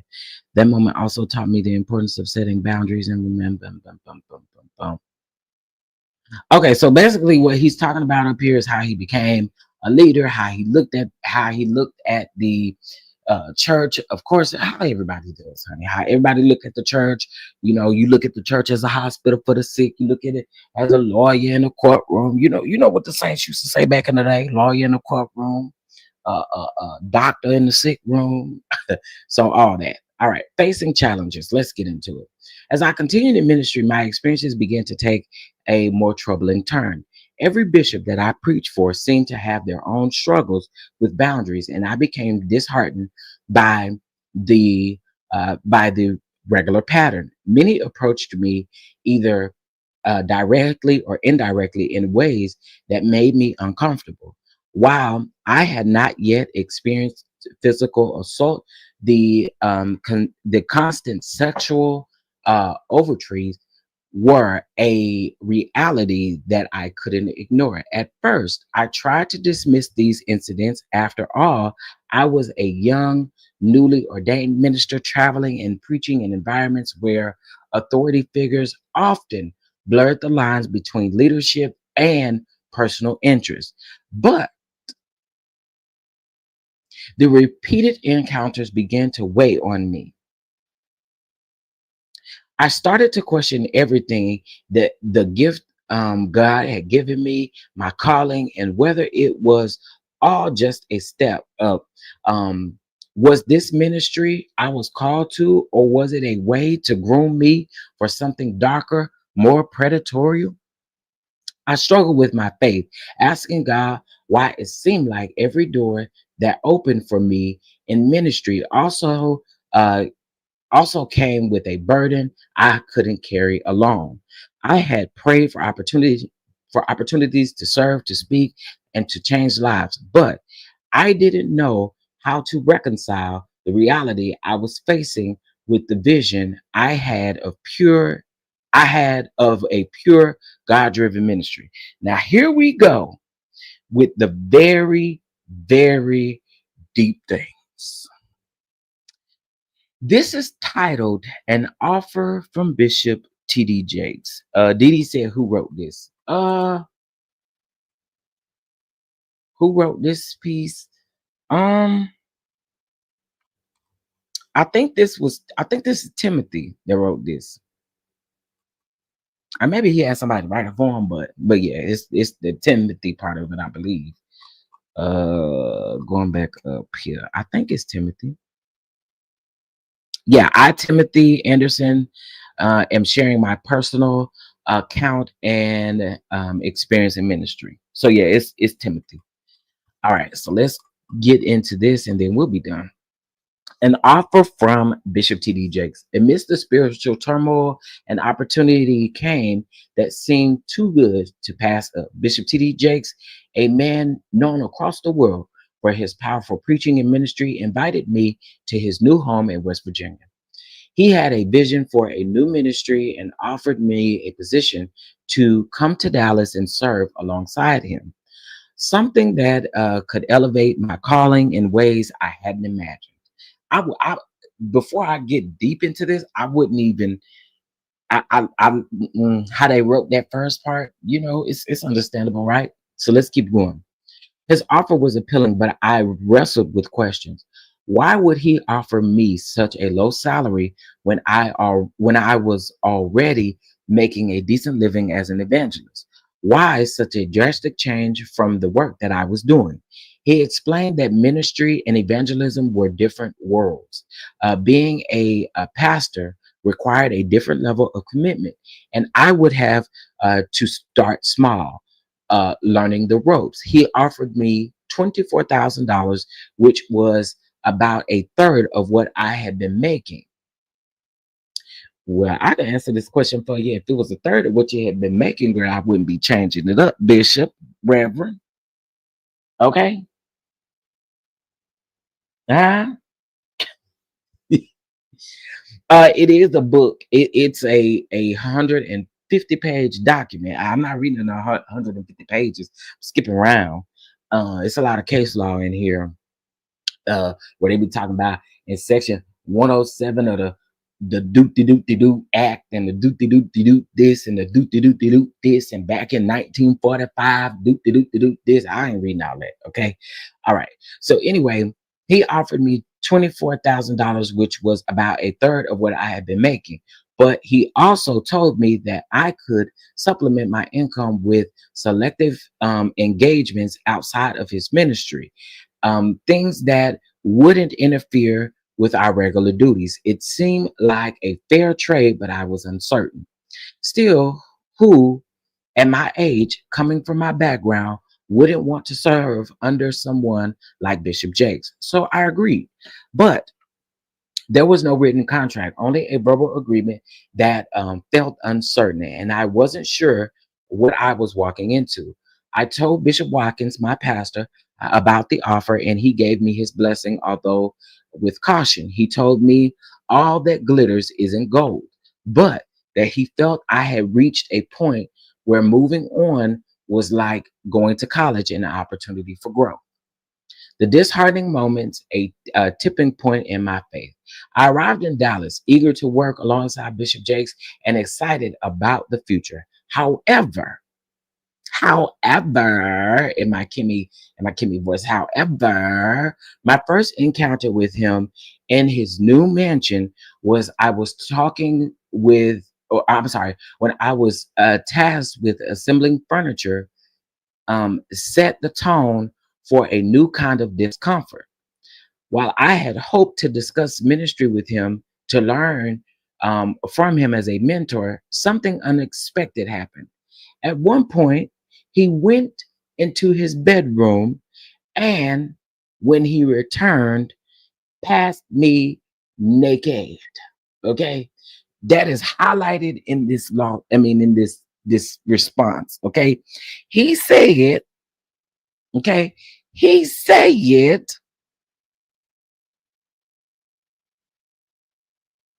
he said, up at the top of this, it says Timothy.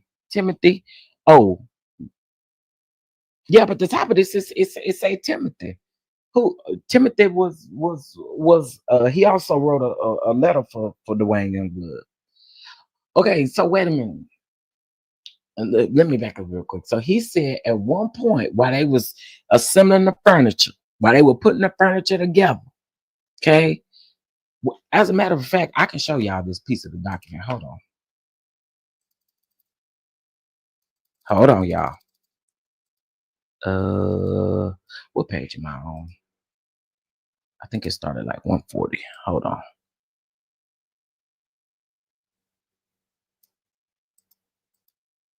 Is that where it started? No. There you go, right there. There you go. Okay. All right. But I'm further on down in the page, but I just want y'all to see that. All right. So let me get back. Okay, here we go. So again, he said at one point he went into his bathroom and when he returned, he was naked. Girl.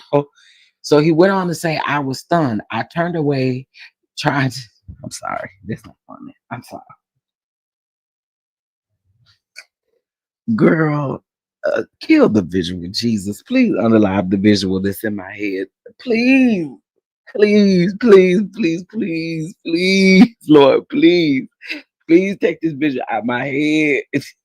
please, please.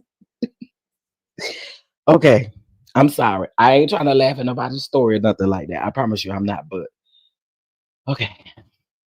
Mm-mm.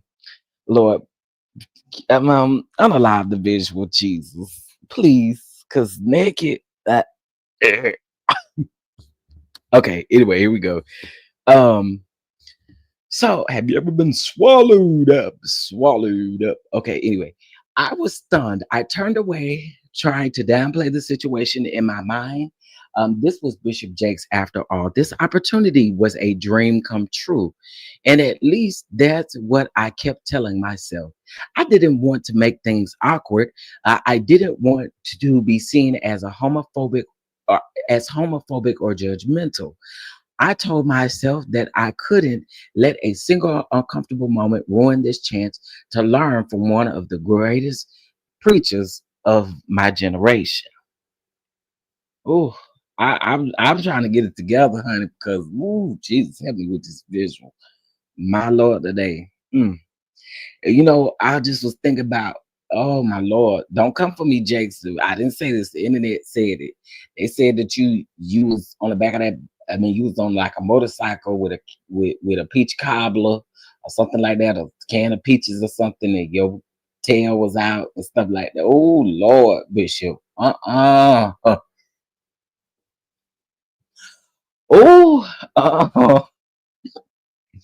okay. Anyway, but as time passed, more situations like this came up.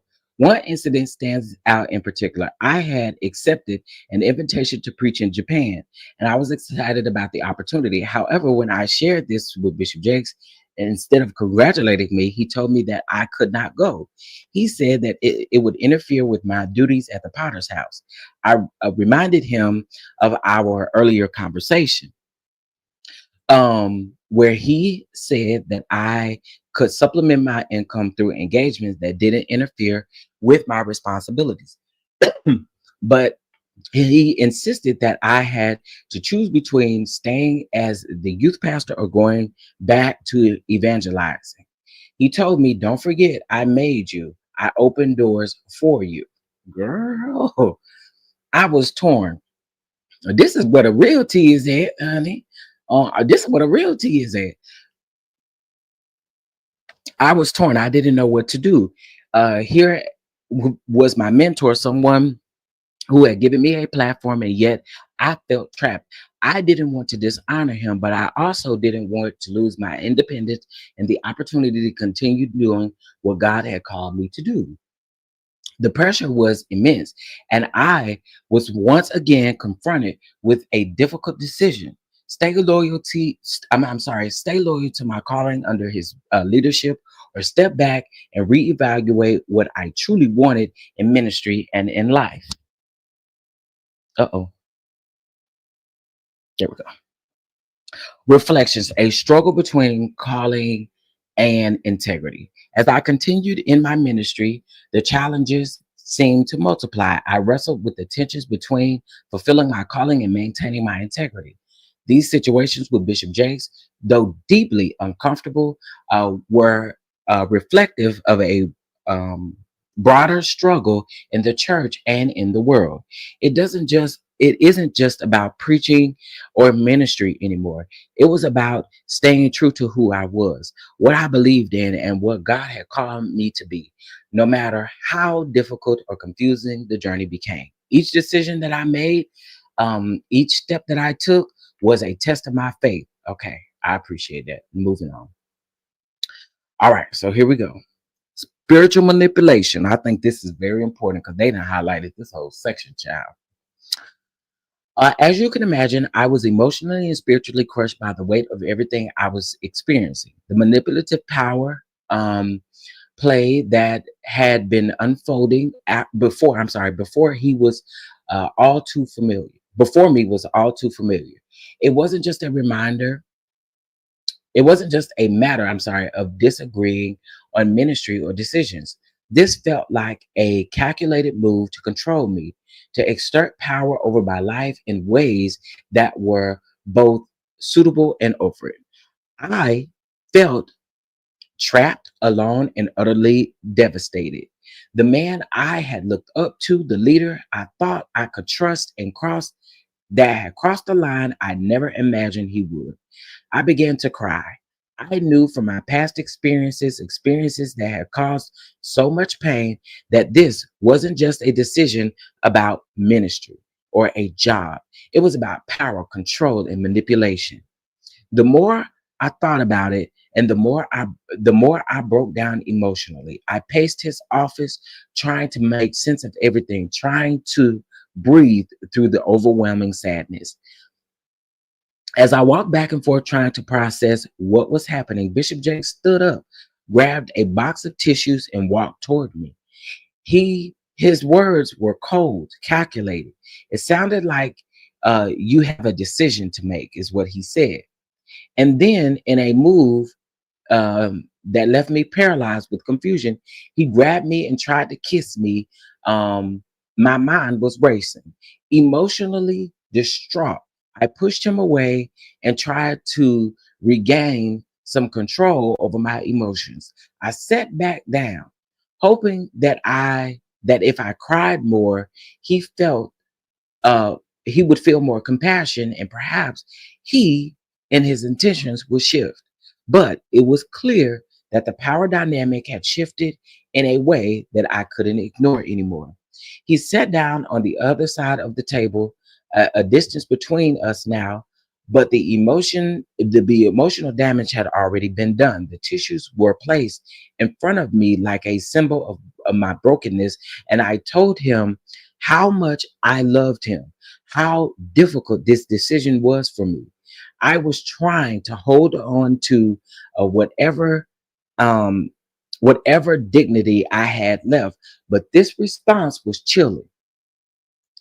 He reminded me again that it was his ministry, his leadership, and if he gave me what I wanted, my chance to go to Japan, then I wouldn't understand the principles of authority. Girl, girl. So he stepping away from the darkness after hold on. Okay. So when I told Bishop Jason my decision, he responded in his usual way, preaching a message that seemed tailored to hit me subliminally. His message, bloom where you're planted, was powerful, but I couldn't shake the feeling that it was more about him than about my own personal growth. It was a great message in many ways, but I couldn't ignore the stark contrast between the spiritual gifts I had witnessed and the manipulative behavior I had experienced. It was a struggle I couldn't shake. I knew that I had to make a decision to leave behind what had become a toxic environment, one that blurred the lines between ministry and personal boundaries. Girl, girl. Yeah, if y'all want the full document, reach out to Tracy, honey. The document is long. I'm telling y'all that now. Okay, so that was the end of that. Okay. Um, I already read. It looks like they put. Hold on. Okay, we read about all of that. We read about the Jermaine Jake situation. We read the Tyrone Blackburn thing. I think they just got this in here twice. So we've pretty much read everything. You guys can see this. They have the exhibits in here from certain people, and the only reason why I'm not going to show them is because I haven't redacted anything, and I don't want nobody coming around here, even though these are public records. I don't want nobody coming around here talking about you doxing or anything like that. So, if y'all want it, y'all can reach out to me. I can reach out to Tracy, and I can get it to you, and you can look at them yourself. Okay. Period. Pooh. Okay. Period. Pooh.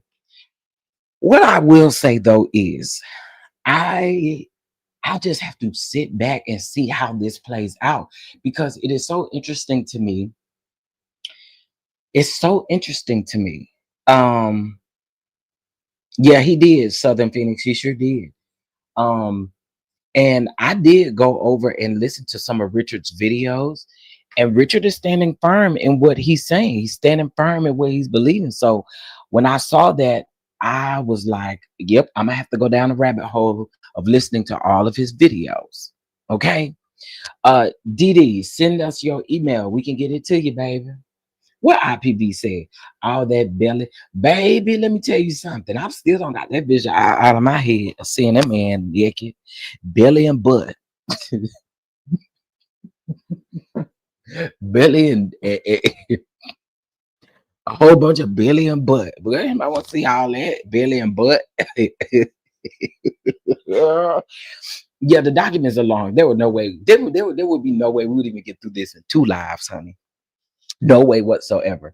And some of it is a little bit repetitive. So that's the reason why I ain't go through all of the things of, I went through the ministry thinking this and thinking that and thinking this and thinking that. We already knew what that was about. You know what I'm saying? So I don't want to bore y'all with that. But anyway, I'm just interested in seeing how all of this is going to play out. It doesn't look like Dwayne Youngblood and Tyrone Blackburn are gonna sit on no back burner. They're gonna continue to keep fighting, and it doesn't look like Bishop Jakes and his legal team is doing anything to stop this either. So it looks like it's gonna be a full throttle situation, and I'm just here to see how it's gonna end. You know what I'm saying? Listen, I don't wish nothing bad on neither one of them. I don't wish nothing bad on Dwayne Youngblood. I don't wish nothing bad on Jakes. Um, but I also believe that people are able to tell their story. They should be able to tell their story without it being what it is. You know what I'm saying? So I don't know. I just can't wait to see how it turns out. I'm looking now to see what the wall is going to look like now.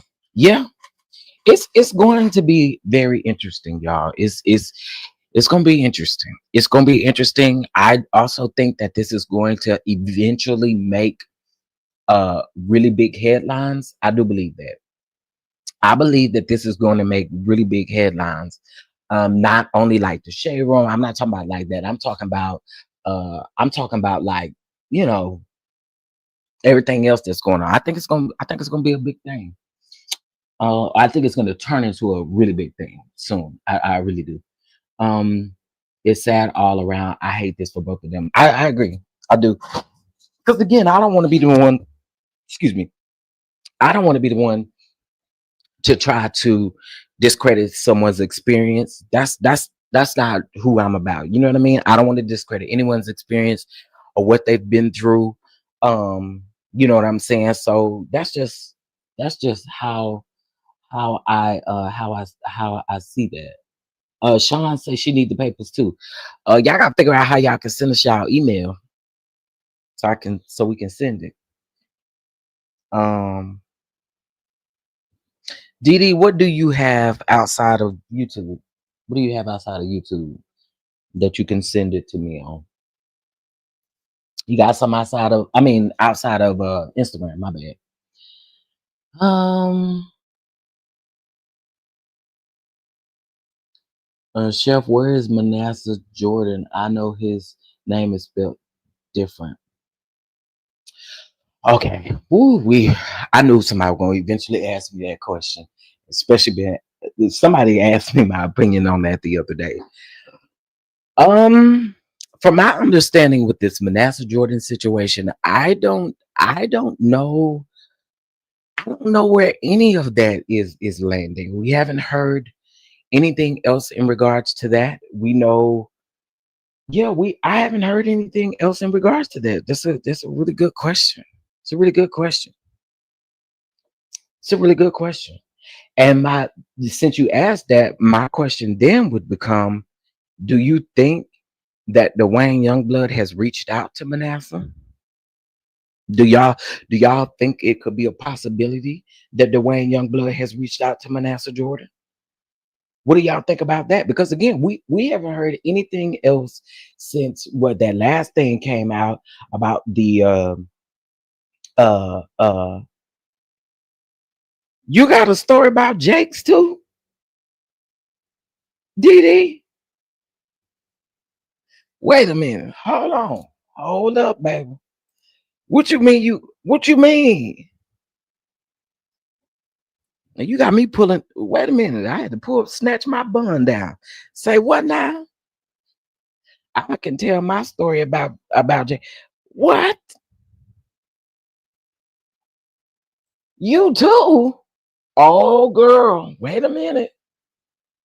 Wait one doggone minute. Hold up.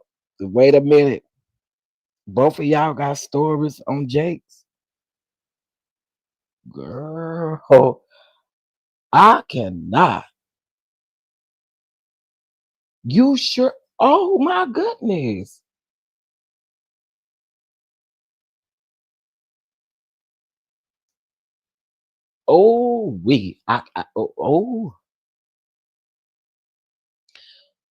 Oh, well, you know my email address. My email is thechefdondon, D with two E's, chefdondon at gmail.com. Baby, if you feeling like sending it over to me, maybe you don't want to, say it out loud. I won't even tell who it came from. If you want to send me a story, you want me to, you know, you can send it to me. My God, brother, and we didn't believe him. Oh, oh, that's a good idea, Tracy. That's a good idea. Do a call in live. Oh, we need to. We need to. I said that I did want to do a call in live where we did talk about the things that has happened to us in church, because not only do I have an experience, but there's several people. Now we talked about this the other day on live, but I think that's a good idea, Tracy, because oh my God, You'll send it to me? Okay.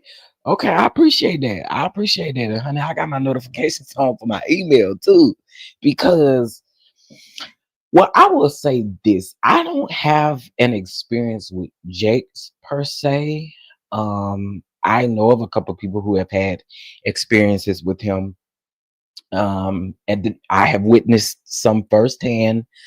I won't speak on them, but I have witnessed some stuff firsthand, and I used to go to the Potter's House North. Technically, I would still be a member there. I don't go there no more at all. I ain't been in but 5 years. Um, I go to Bedside Baptist. Well, I don't go to Bedside Baptist. I go to Bedside Church of God in Christ.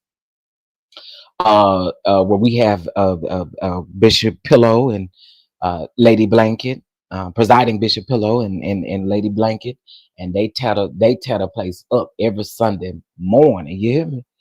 Um, but if case if you guys do not know, the Potter's House North Campus is the one with Cheryl Brady as the pastor, right? And although it wasn't the main campus and stuff like that, I was talking to someone at one point who was going to the main campus faithfully, and I would go to compromise with that said person. But then after a while, I just couldn't keep. I couldn't take it. I could not do it. I could not do it. I couldn't do it. So I left altogether. Just put Jake's in the subject line, and I will send the documents. All right, y'all make sure y'all do that for me. Okay, Evangelist Sheets, and she gonna pray. You gotta pray for the preacher. Oh, she gonna pray. I need to dust. I need you to dust off your membership for research purposes. I know, right? I know, right? Okay, so that's something good to get my members and stuff. So yeah, we can do that. We can do that. Chef, it's a lot, and there are so many things that have happened at the Potter's house. I wasn't a member, but attended with close family and friends. There is also, when we have this conversation, I want to talk to y'all about some of the ministries that I disagree with, also, which had pulled me away from the Potter's house. There are ministries that I disagree with. And I can give you one as an example. I don't necessarily agree with their jail ministry or the ministry where you come out of jail, they give you like this certificate where they also house like this halfway house. It was like a halfway house type of situation that was funded by the church. That was funded by the church. I didn't like their process in regards to that because, and I don't know if they may still, excuse me, they may still have it, but I felt like it was so selective to certain people that it wasn't fair for everybody. And I feel like if you're going to have a ministry like that, that ministry needs to be fair across the board. And if you're not being fair, it is looked at as a certain way. You know what I mean? Like if you're going to give unalive certificates of certain things, then why are you not giving it to people who have been in there for a weed offense, or you know what I'm saying? Like it just always felt like a favoritism type of situation.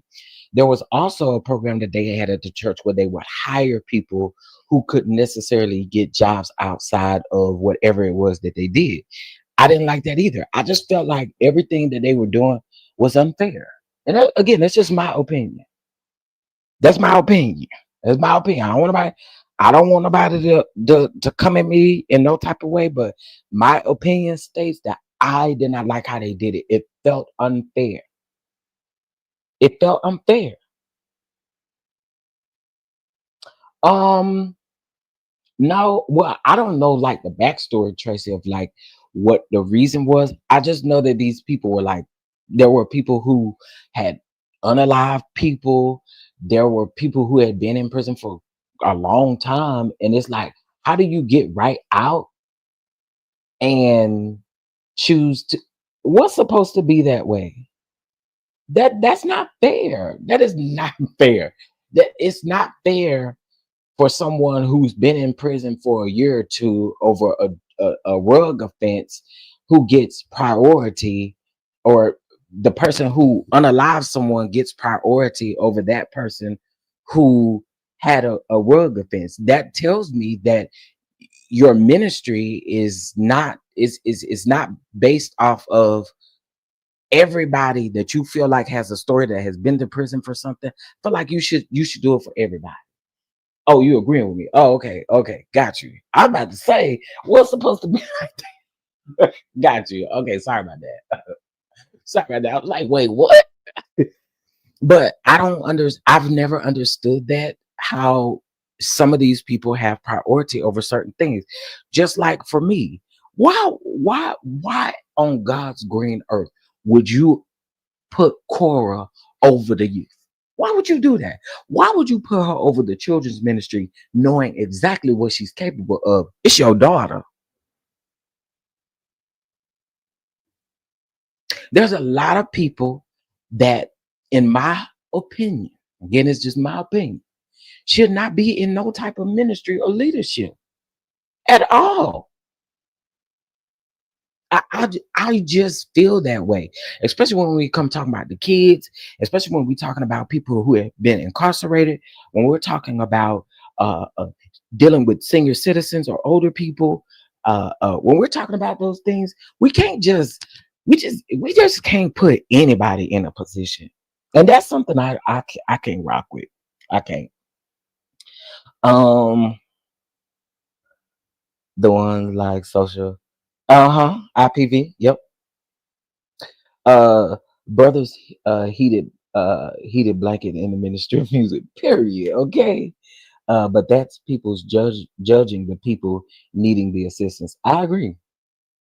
Oh, I was thinking it was for people who did something in self-defense, but still need to be in jail. They have a ministry like that, but no, this one was specifically this ministry, and I cannot remember off the top of my head what that ministry was called, but I remember being in service one day, and I told my friend that I was visiting with at the main campus. I told him, I said, I'm going to have to leave. And that was one of the reasons why I left, because you could see the pure selectiveness. And I'm like, this is just rubbing me the wrong way. Why are people okay with this? That's not cool. Especially when you are there to get the help that you need to be a better you. You know what I mean? So it felt that way. So I just didn't agree with it. So yeah, we're gonna do a live. We're gonna do a live where y'all can call in and talk about these situations, because I feel like everybody has a story. Most of us who've been in church all of our lives, most of us have a story. If not all of us, we have a story, and I want to hear it. I wants to hear it. And if you need to come up, you do not got to show your face. You do not got to do anything like that. But I want to hear what you have to say, because stuff like this it it becomes something that I feel like we don't talk about enough, because a lot of people shut out the church when the pandemic came around, right? If we already do an online virtual church, what is the reason for us stepping foot into a building? And I think that has allowed um a lot of people to look past the things that they've been through in the church. And I would just prefer to hear your story. You know what I mean? I would prefer to hear it. I would prefer to hear it, because we have one. We have one. And it ain't to pass judgment on nobody or nothing like that. I want to say that firsthand. It is not to pass judgment on nobody, but I'd like to hear everybody's story. Hey, Mr. Teresa. Hey, Aunt Natty. Hey, y'all. Hey, CC. Hey, everybody. So what we were doing here, y'all came in late, but we were discussing the Bishop TD Jakes and Dwayne Youngblood lawsuit, and um, we read some of the documents. It's 156 pages, 159 pages, something like that. It's long. Uh, so if you guys want it, Tracy, y'all get in touch with Tracy, okay? get in touch with Tracy or get in touch with me. It doesn't matter. And I will I'll send it to you. And again, I'm not showing some of them exhibits because I did not personally redact anything, and I don't want nobody to come around and saying, "Oh, you over here doxing and stuff." I Natty, what I am gonna do though, oh excuse me, what I am gonna do is break this video up, and I'm gonna do a separate upload for the Bishop Jakes part of it. Um,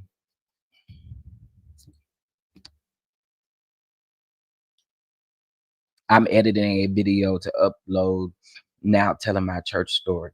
But listen, I think what I'm gonna do, we're gonna set up a live stream because I can enjoy StreamYard for free, girl. I can enjoy StreamYard for free for another week.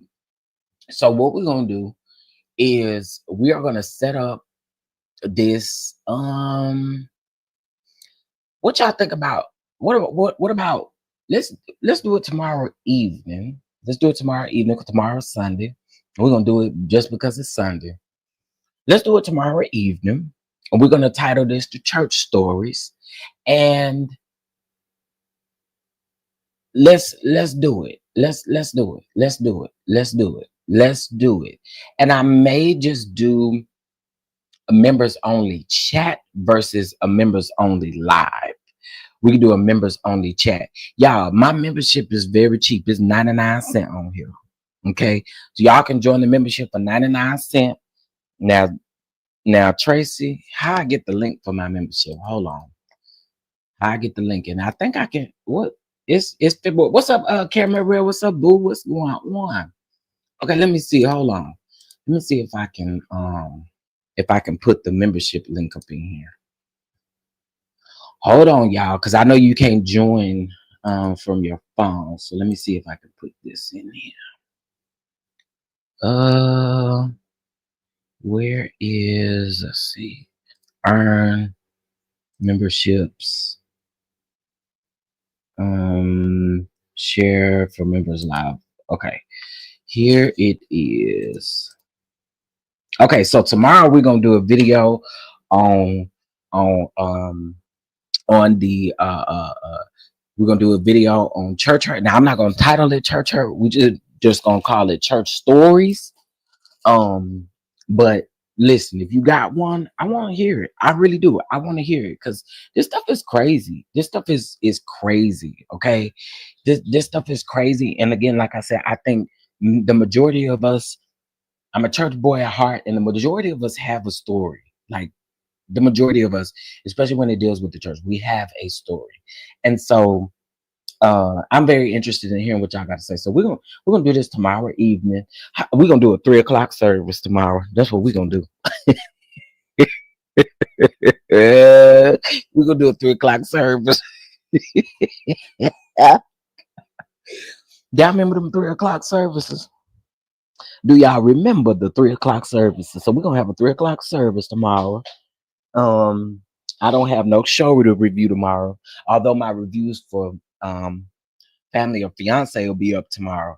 We don't got Love Mary Huntsville, nothing like that, so we can most definitely discuss this stuff. Okay, and then later on today we're gonna watch the Bishop scamming documentary, Bishop Whitehead scamming documentary. They didn't talk about everything on there that they should have been talking about on that documentary. Be very frank about that. Lee said, I'm gonna dress up as a period. Sean said, let's do it. Yeah, let's do it. Let's do it. Let's do it. Leo said, I saw last night that I was gifted a membership. I was so excited.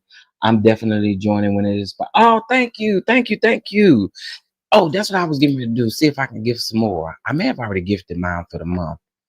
Let me just double check.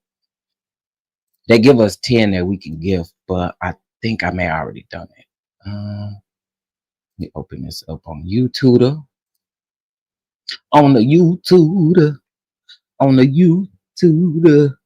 Let's see. Membership gifting. You gifted 10 free memberships this month already. Okay, so I already gifted 10 free memberships, but you know what I'm gonna do? Y'all blessed me with some cash apps the other day. So give me 1 second. I'm gonna give 5 more. Y'all blessed me with some cash apps the other day when I went live. So I am gonna bless with 5 more. Hold on. Um all right. So while I'm doing that, let's talk about this TikTok live that we getting today. Dr. Melody Shari is dropping some new scents, some new oils. I will be over there. I got a few dollars to get me a little something. Um what is happening? Okay, hold on, y'all. Okay. Um what Bishop J Child, so basically in this lawsuit, it's a response because they were trying to use the Pennsylvania anti-slap law with this, but this motion was literally drafting up the experiences that people had with Bishop Jakes and what he allegedly had done. At one point up in here, it said that Jakes uh, was he was supposed to be mentoring somebody, you know what I'm saying, young age, teenage years. Okay, he was going around there. He had got that man to move uh to Dallas, where he started the church, honey. And can I put it in? Oh yeah, I can definitely do that. Give me 1 second. I'm still give some membership, but basically they were just telling their stories about what happened with Jake's and stuff like that, and the fact that Jake's attorneys and his legal team is trying to use this man's past to say that or to discredit his story. And that's basically what he filed this motion in regards to. Like, don't keep doing it. Don't keep using my past to discredit your what you did, or don't discredit my story. But I have to agree with him. When when Dwayne Youngblood did the interview, Dwayne Youngblood did not just speak on Jake's though. He really didn't. He did not just speak on Jake's. He also spoke on several other bishops at the time. So Jake's, sir, you know, I can't with y'all uncle. But anyway, it said that he was helping him assemble some furniture, and Jace had went to the bathroom, honey, and came back with naked, honey, with his ass out and everything. That's what the man said. I didn't say it. The man said, "Do you want to be swallowed up? Have you ever been swallowed up?" You know, that's what the man said. I didn't say it. That's what the man said. He said he came out, honey, belly and butt, just belly and butt, right there, belly and butt. If you ain't ever seen belly and butt, just think about Jake's belly and butt.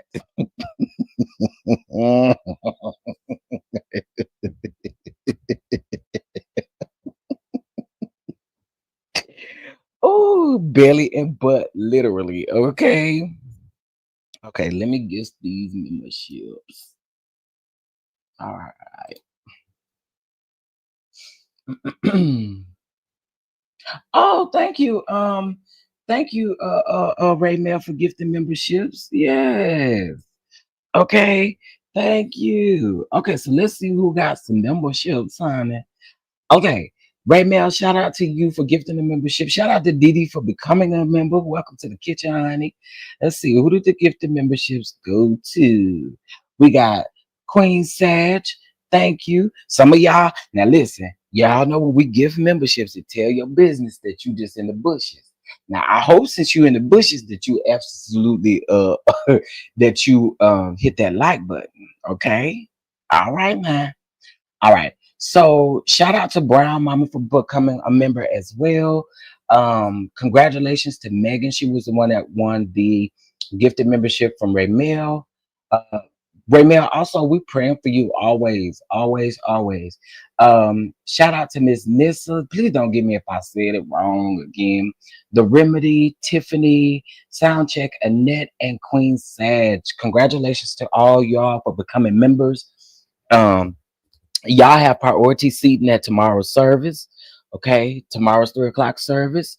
Y'all have priority seating, so make sure that when you come on in, you tell the usher that you must sit in priority seating. Okay, if you have that blue thing next to your name, make sure you tell the ushers that I have priority seating, honey. Okay.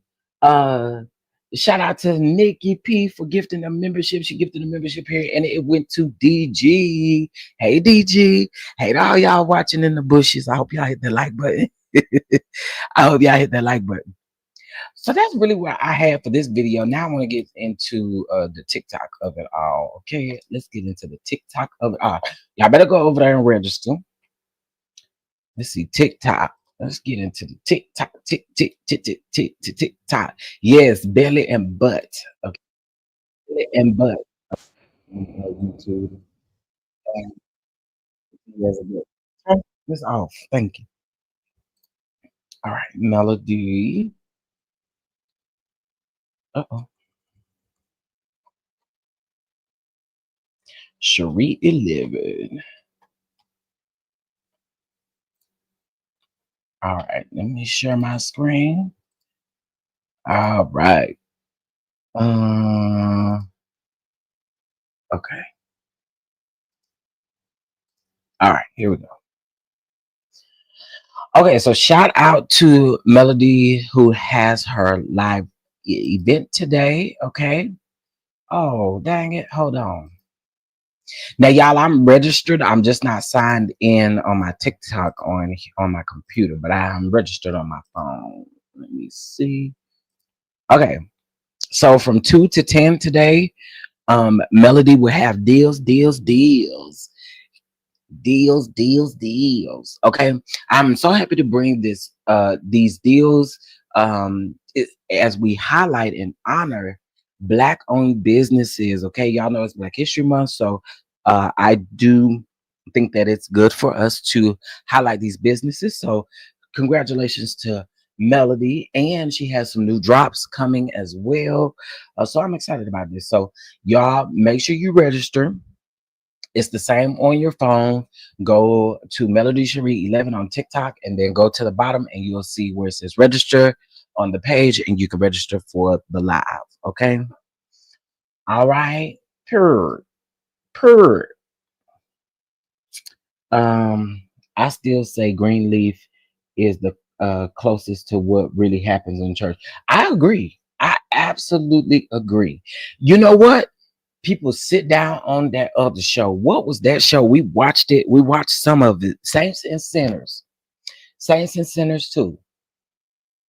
I think people really sat down on Saints and Sinners, y'all. Saints and Sinners was so good, but it was removed from Hulu. But it was so good. Saints and Sinners was good, and it lasted 6 seasons. But a lot of people didn't really tune in too much of it because it was on I think it came on the CW channel, maybe, or something like that. Maybe not CW. It used to come on one of them. Was it Boomerang? Maybe not Boomerang. What's the what's the other network that they used to show a lot of black shows, but a lot of people wasn't watching it like that? What? It's not Boomerang. Boomerang, damn cartoon, ain't it? Um, Dang, I can't think, but um, it that show. I feel like Saints and Sinners.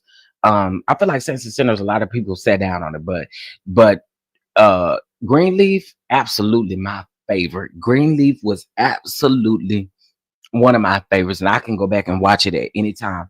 And I always say they couldn't have found nobody better to play the roles in that show.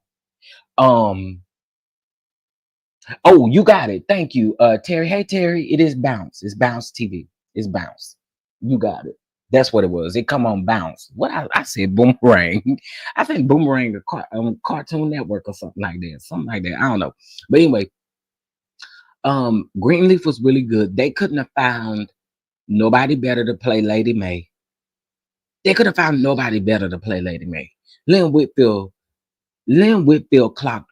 Well, she always clocks in, but she clocked all the way in for Lady May. Okay, she clocked all the way in for Lady May. I don't think they could have found anybody better to play Charity.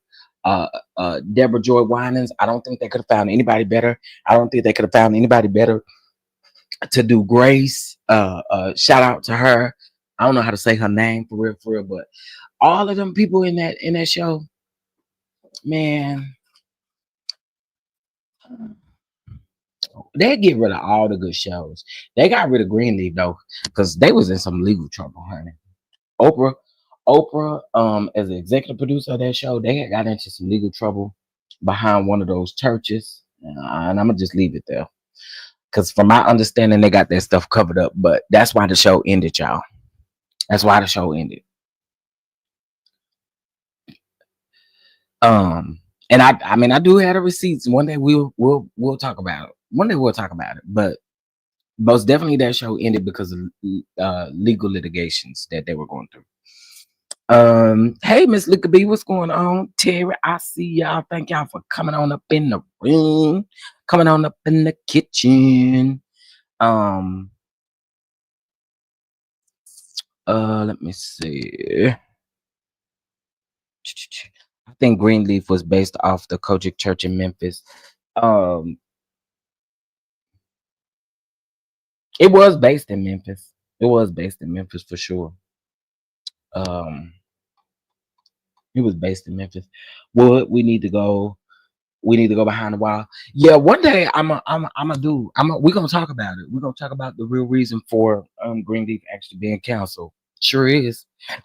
I've been holding on to that for a long time, but they had got into some legal trouble. And I will also give y'all a little bit more tea. Some of the legal trouble.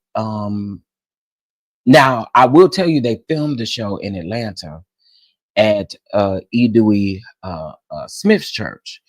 And so yeah, he got something to do with it too. Okay. I'm just telling y'all. Anywho, I'm move on if I say too much.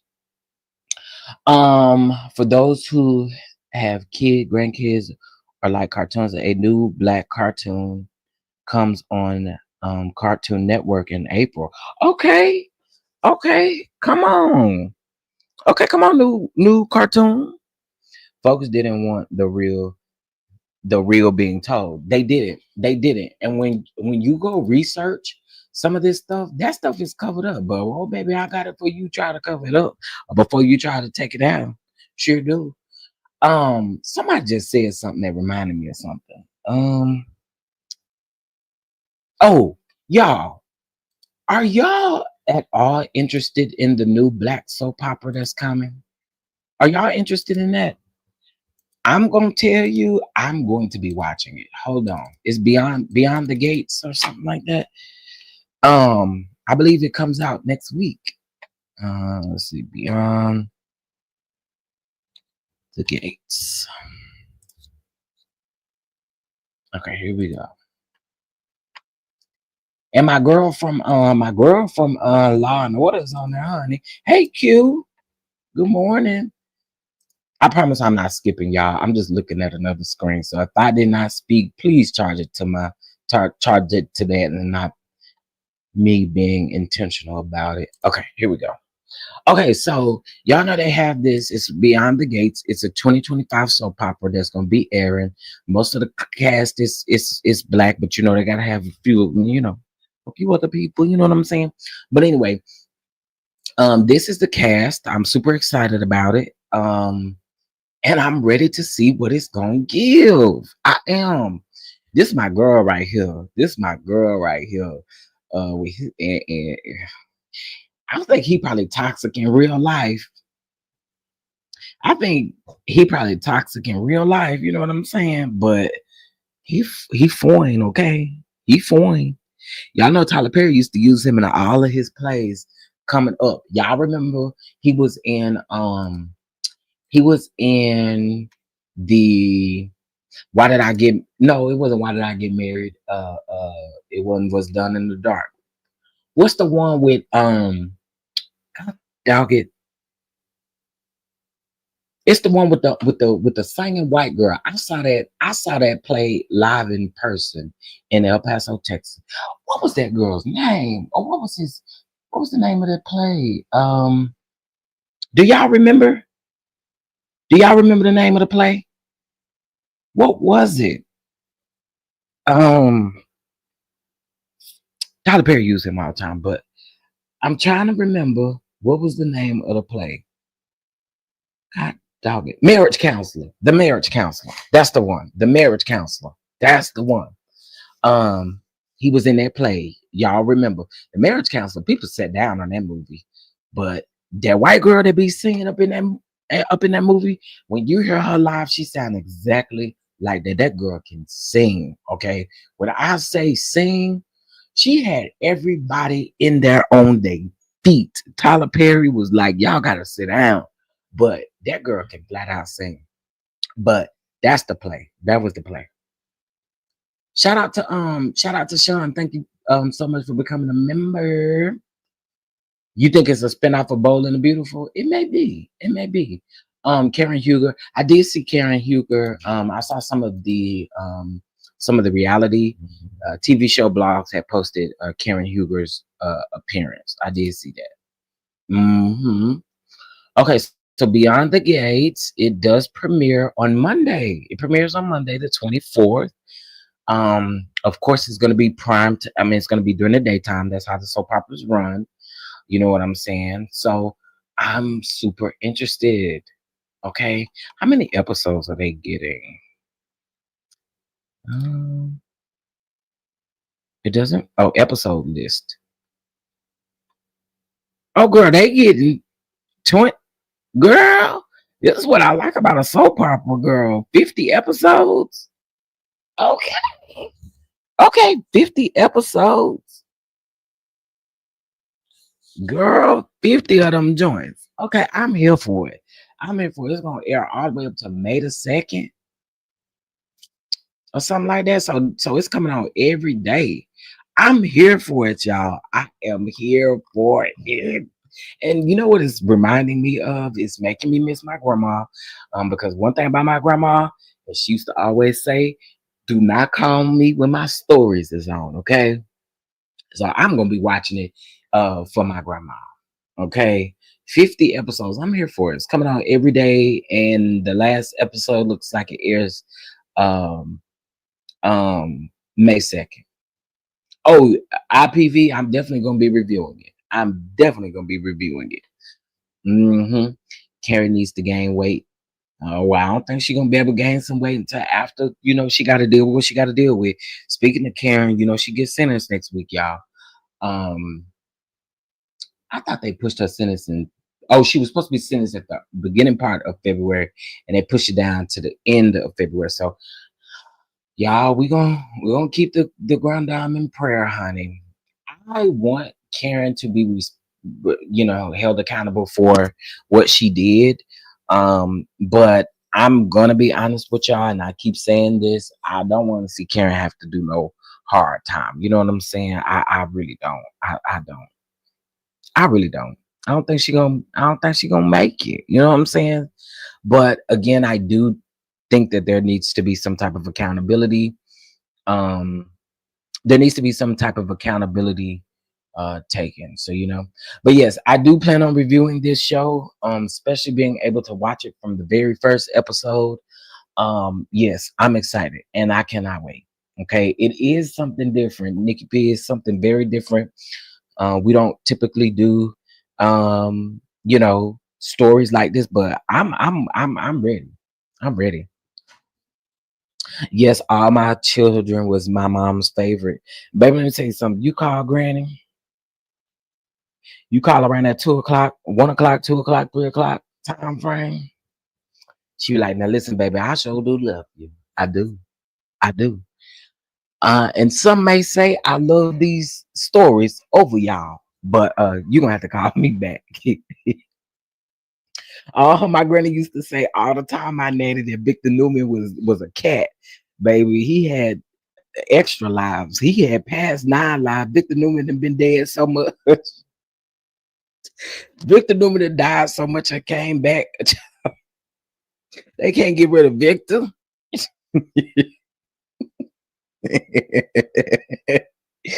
Yeah, my granny used to say that all the time, child. My mom used to, because my mom was older too, y'all.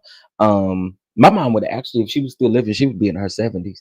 Um, but what's crazy is that she used to watch her stories, and because she used to do dialysis every other day. So she used to watch her stories. I remember back when y'all remember back when the TVs had the VCRs built into them, and Walmart used to sell the blank tapes, right? Walmart used to sell the blank tapes that you pop in and stuff like that. And I never will forget that one day I had recorded. I've always been a music lover. I've always been a music lover, and I've always been a lover of gospel music. I recorded I recorded the celebration of gospel over my mama's stories. Oh, I wish she was still here so we could laugh about that. But she made me stand in the corner all night. She made me stand in the corner all night long that night because she said, "Hey, you made me miss my stories." I did. I taped the celebration. I believe it was a celebration of gospel right over her stories. And when I said she was hot as fish grease, baby, she was hot. Okay, you hear me? Child, I finally said they're going to stop calling me stupid without calling me stupid. Okay. Hey, Missy Lane, how you doing, boo? Days of Our Lives, Young and the Restless, Another World, period, man. Some good TV back in the day. Okay. LOL, I still have one of those TVs. Boy, you could tell my mama nothing. I think she got that TV for I think she got that TV for Mother's Day or something like that. Baby. Oh, she was hot at me. She was like, "How could you record over my stories?" Listen. And one time I recorded that. It wasn't just one time I did that. I also recorded a Walker Texas Ranger. And I don't know if y'all remember, but there used to be a show that used to come on, and I found out that it's on Tubi. But there used to be a show called Third Watch. Let me see if it's on here. Do y'all remember that show? Hold on, because I want y'all to know I am not making this up. Okay. Let me see. This was the show right here. So this was like, it aired from 99 to 2005. So yes, I know about it. Okay. This used to be our show, okay? Me and my mama used to watch this show. She used to always tell me, "Come on up in here and watch Third Watch with me," and it was a good show. So this was good before you had like your Chicago PD and Chicago Med and all of those shows. This was the show before that, and it was the one. Okay, this was the show. Okay, Third Watch was the show. But yeah, Third Watch was good. I'm trying to remember some other shows I just used to watch back. Okay. So yeah, I'm excited. We got a lot to cover. We got a lot to talk about. We have a lot. So I'm excited. We're transitioning, we're switching up a little bit. I'm still gonna bring y'all the hot topics and stuff like that. But yeah, we are about to start getting into more of these shows. We really are. We really are about to start getting into more of these shows. Dawson's Creek. Do I remember? Oh, and y'all, let me tell y'all what my uncle used to. My uncle used to have me watching The Heat of the Night. My uncle had a crush on Crystal Fox. Okay, and I never will forget when we would always go over there. He would make everybody watch um in The Heat of the Night because he had this crush on Crystal Fox. I was like, "Sir, okay, sir, I You know what, IPV? I checked out. I wasn't really feeling last week's. I mean, not last week's episode. Last night's episode. Mm-mm. I mean, last week's episode. Last week's episode. I was right. Last week's episode. I won't feeling it. I won't feeling it, and I'm gonna tell y'all why when we do a mass review. I'm gonna tell y'all why I won't feeling it. And another thing, and since we're gonna talk about it, these folks that's out here in these blog sites, windmilling for these ready to love people, that is a whole nother sector, and it is so crazy to me because what's his name on there that got 5 kids with 3 different baby mamas?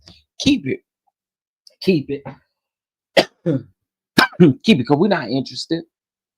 Okay, we're not interested, child. Any day now. Thank you, Terry. Oh my God, Terry. Oh my God. Mm, mm, mm.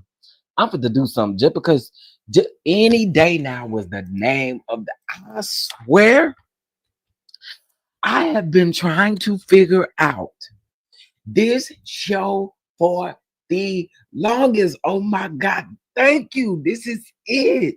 This is it. Oh my God. We used to watch this show together. Oh my God. Thank you, Terry. You got me over here smiling from east to west because I have, for the last few years, I've been trying to figure out the name of this show. It was short lived. It only appeared for about 4 seasons. Okay, yeah, this says 1998 to 2002. And it came on Lifetime. I said the Hallmark Channel, but it was Lifetime. Thank you for this because I was trying to figure it out. Um, okay, let me see. Now that was my mom show in the heat of period. Period. Bonanza. I used to have an auntie that like, but that show right there. She used to watch it all the time. Now that is the Amy. When I was sick, I used to go over her house. And Amy, one thing about Amy, her tea was always good. She was gonna always get you right. I miss my Amy. I do. My Aunt Jen Jen. Yeah. Um, Knots Landing was my ish. Period. I do remember Seventh Heaven. Yep, I remember Seventh Heaven. Um, Yes. Okay, y'all bringing it back. Y'all bringing it back, honey. Yay. Y'all bringing the shows back. Yeah, we used to watch Seventh Heaven faithfully, honey. 1996 to 2007. Some of these, some of these shows lasted longer than I thought. Some of these shows really did last longer than I thought. Oh my gosh, thank you, Terry. You just do not know how long I have been trying to figure that out. And my mother's no longer here, so I couldn't ask her. And it would just be me and my mom. So, oh, did I watch the new Dynasty? Mm-mm. And Annette said, y'all, I'm going back down memory lane. Period. These, it's just crazy just remembering these shows. And what we used to watch. And look at the preview, y'all. Look how long ago that was. Do you see how far we've actually come? Man, do you see how far we've come? That's crazy. That is so crazy. Y'all got me cheesing over here. I'm probably fit to go watch some old school TV. I'm probably just go watch some old school TV. And that's not what I was trying to do. Let me go back. Bum, bum, bum, bum, bum, bum, bum. Now y'all couldn't tell me nothing about Chuck Norris back in the day. Okay, y'all couldn't tell me nothing about Chuck Norris back in the day. I can still watch Walker Texas Ranger to this day, and I'm gonna hype him up. You hear me? I'ma hype him up. I am Chuck Norris's hype man. Do you understand me? Do you understand me? Don't nobody ride as hard for Chuck Norris as I did. Okay. Back in the day, you couldn't tell me nothing about Chuck Norris. Okay. Chuck Norris was like a hero to me. Okay. I kid y'all not. Whenever he would get in them fights on there, now we already knew he was gonna win every last one of them fights, just about, right?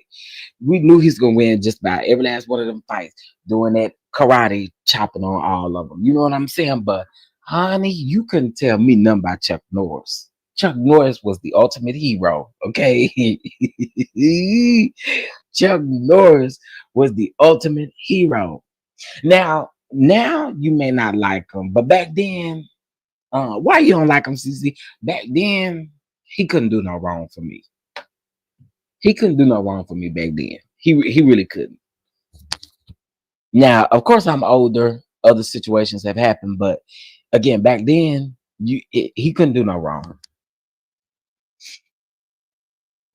Chuck Norris beat everybody up. I mean, everybody. Oh, his politics. Oh yeah, yeah. Okay, so back then you couldn't tell me nothing, but now I don't bit more, baby. I didn't even know if Chuck Norris was still living. No shade, no tea. Uh, but back then, yeah, you couldn't tell me nothing about Chuck, and I mean nothing. If I'm not mistaken, Dynasty was the first show that called someone a on TV. Ooh. Well, listen, y'all, we've been up here 2.5 hours. I am gonna break this live down for the Bishop TD Jakes segment of it all for sure. And yeah, we're gonna go from there. What was the actor that passed away? He passed away. But the one who played the black dude on Ranger Trevette on there. What was his name? I did watch Dukes of Hazards too. Sure did. Sure did. And I had a Dukes of Hazards car collection. Oh, I had all that stuff IPV. Ain't no shame in my game, honey. Ain't no shame in my game. Okay, do you hear me? I used to have the Dukes of Hazards collection and everything. Period. Mm-hmm. I sure did. There was one show when I got out of school, ran home to see was The Dark Shadow. Listen, listen. Back then, I'm telling y'all, it was some good TV back then. Some good TV back then. There was one. Let me see. The Chuck Norris was yes, Chuck Norris was it. He's 83 years old now and still looks good. I hadn't seen him, and I really thought maybe he had went on. You know what I'm saying? But I know back then when I was a kid, you couldn't tell me nothing about Chuck. I mean nothing. What was the man that played? Oh, I can look at the cast right here while I'm asking y'all. I do know he passed away a few years ago. Um,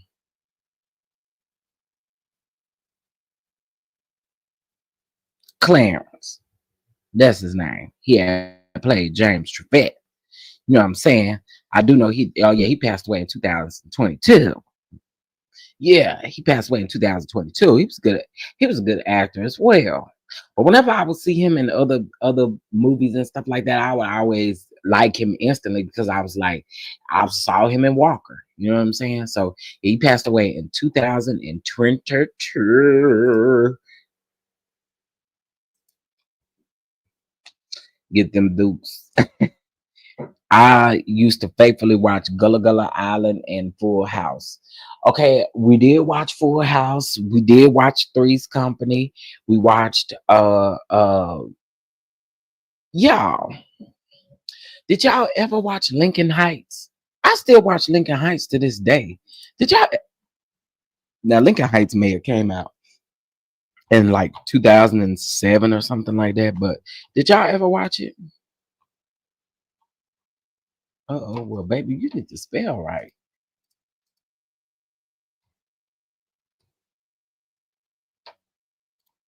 It came out in 2006. Did y'all ever watch Lincoln? I thought Lincoln Heights was a really good show. I really do, and I still watch it to this day. Uh, You like Lincoln Heights? I did watch it. It was a good show. Yeah, I liked it. He passed away in 2022.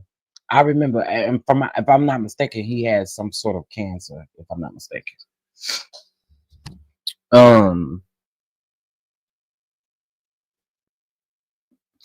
All right, y'all. So y'all get ready for the Bishop tonight, and then get ready for our 3 o'clock service tomorrow. Okay, we having 3 o'clock service.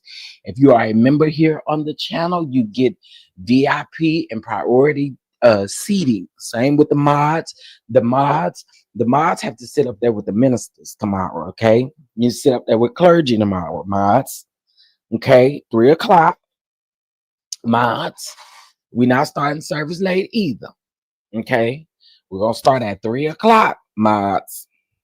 All right, y'all need to be in clergy, and you have to be up here. I need to see y'all. Okay, I need to see y'all. The members, you have first priority to service tomorrow. Okay, and if y'all wonder what we're talking about, we're gonna have a conversation tomorrow. We're gonna have a real conversation tomorrow about church hurt. You know, things that may have happened to you in the church that may cause you not to attend church. Now I won't talk about it. I do, and we've never done that. I'm gonna drop the link, let y'all talk about y'all experiences. I would prefer that y'all don't name drop, but you may slip up and say something. But I want to talk about it. I want to talk about it, and I want y'all to, be free in doing it. So it'll be a members only chat. Members only chat. Okay. And and that's 3 o'clock Central Time. So it's 4 o'clock Eastern Time. Okay.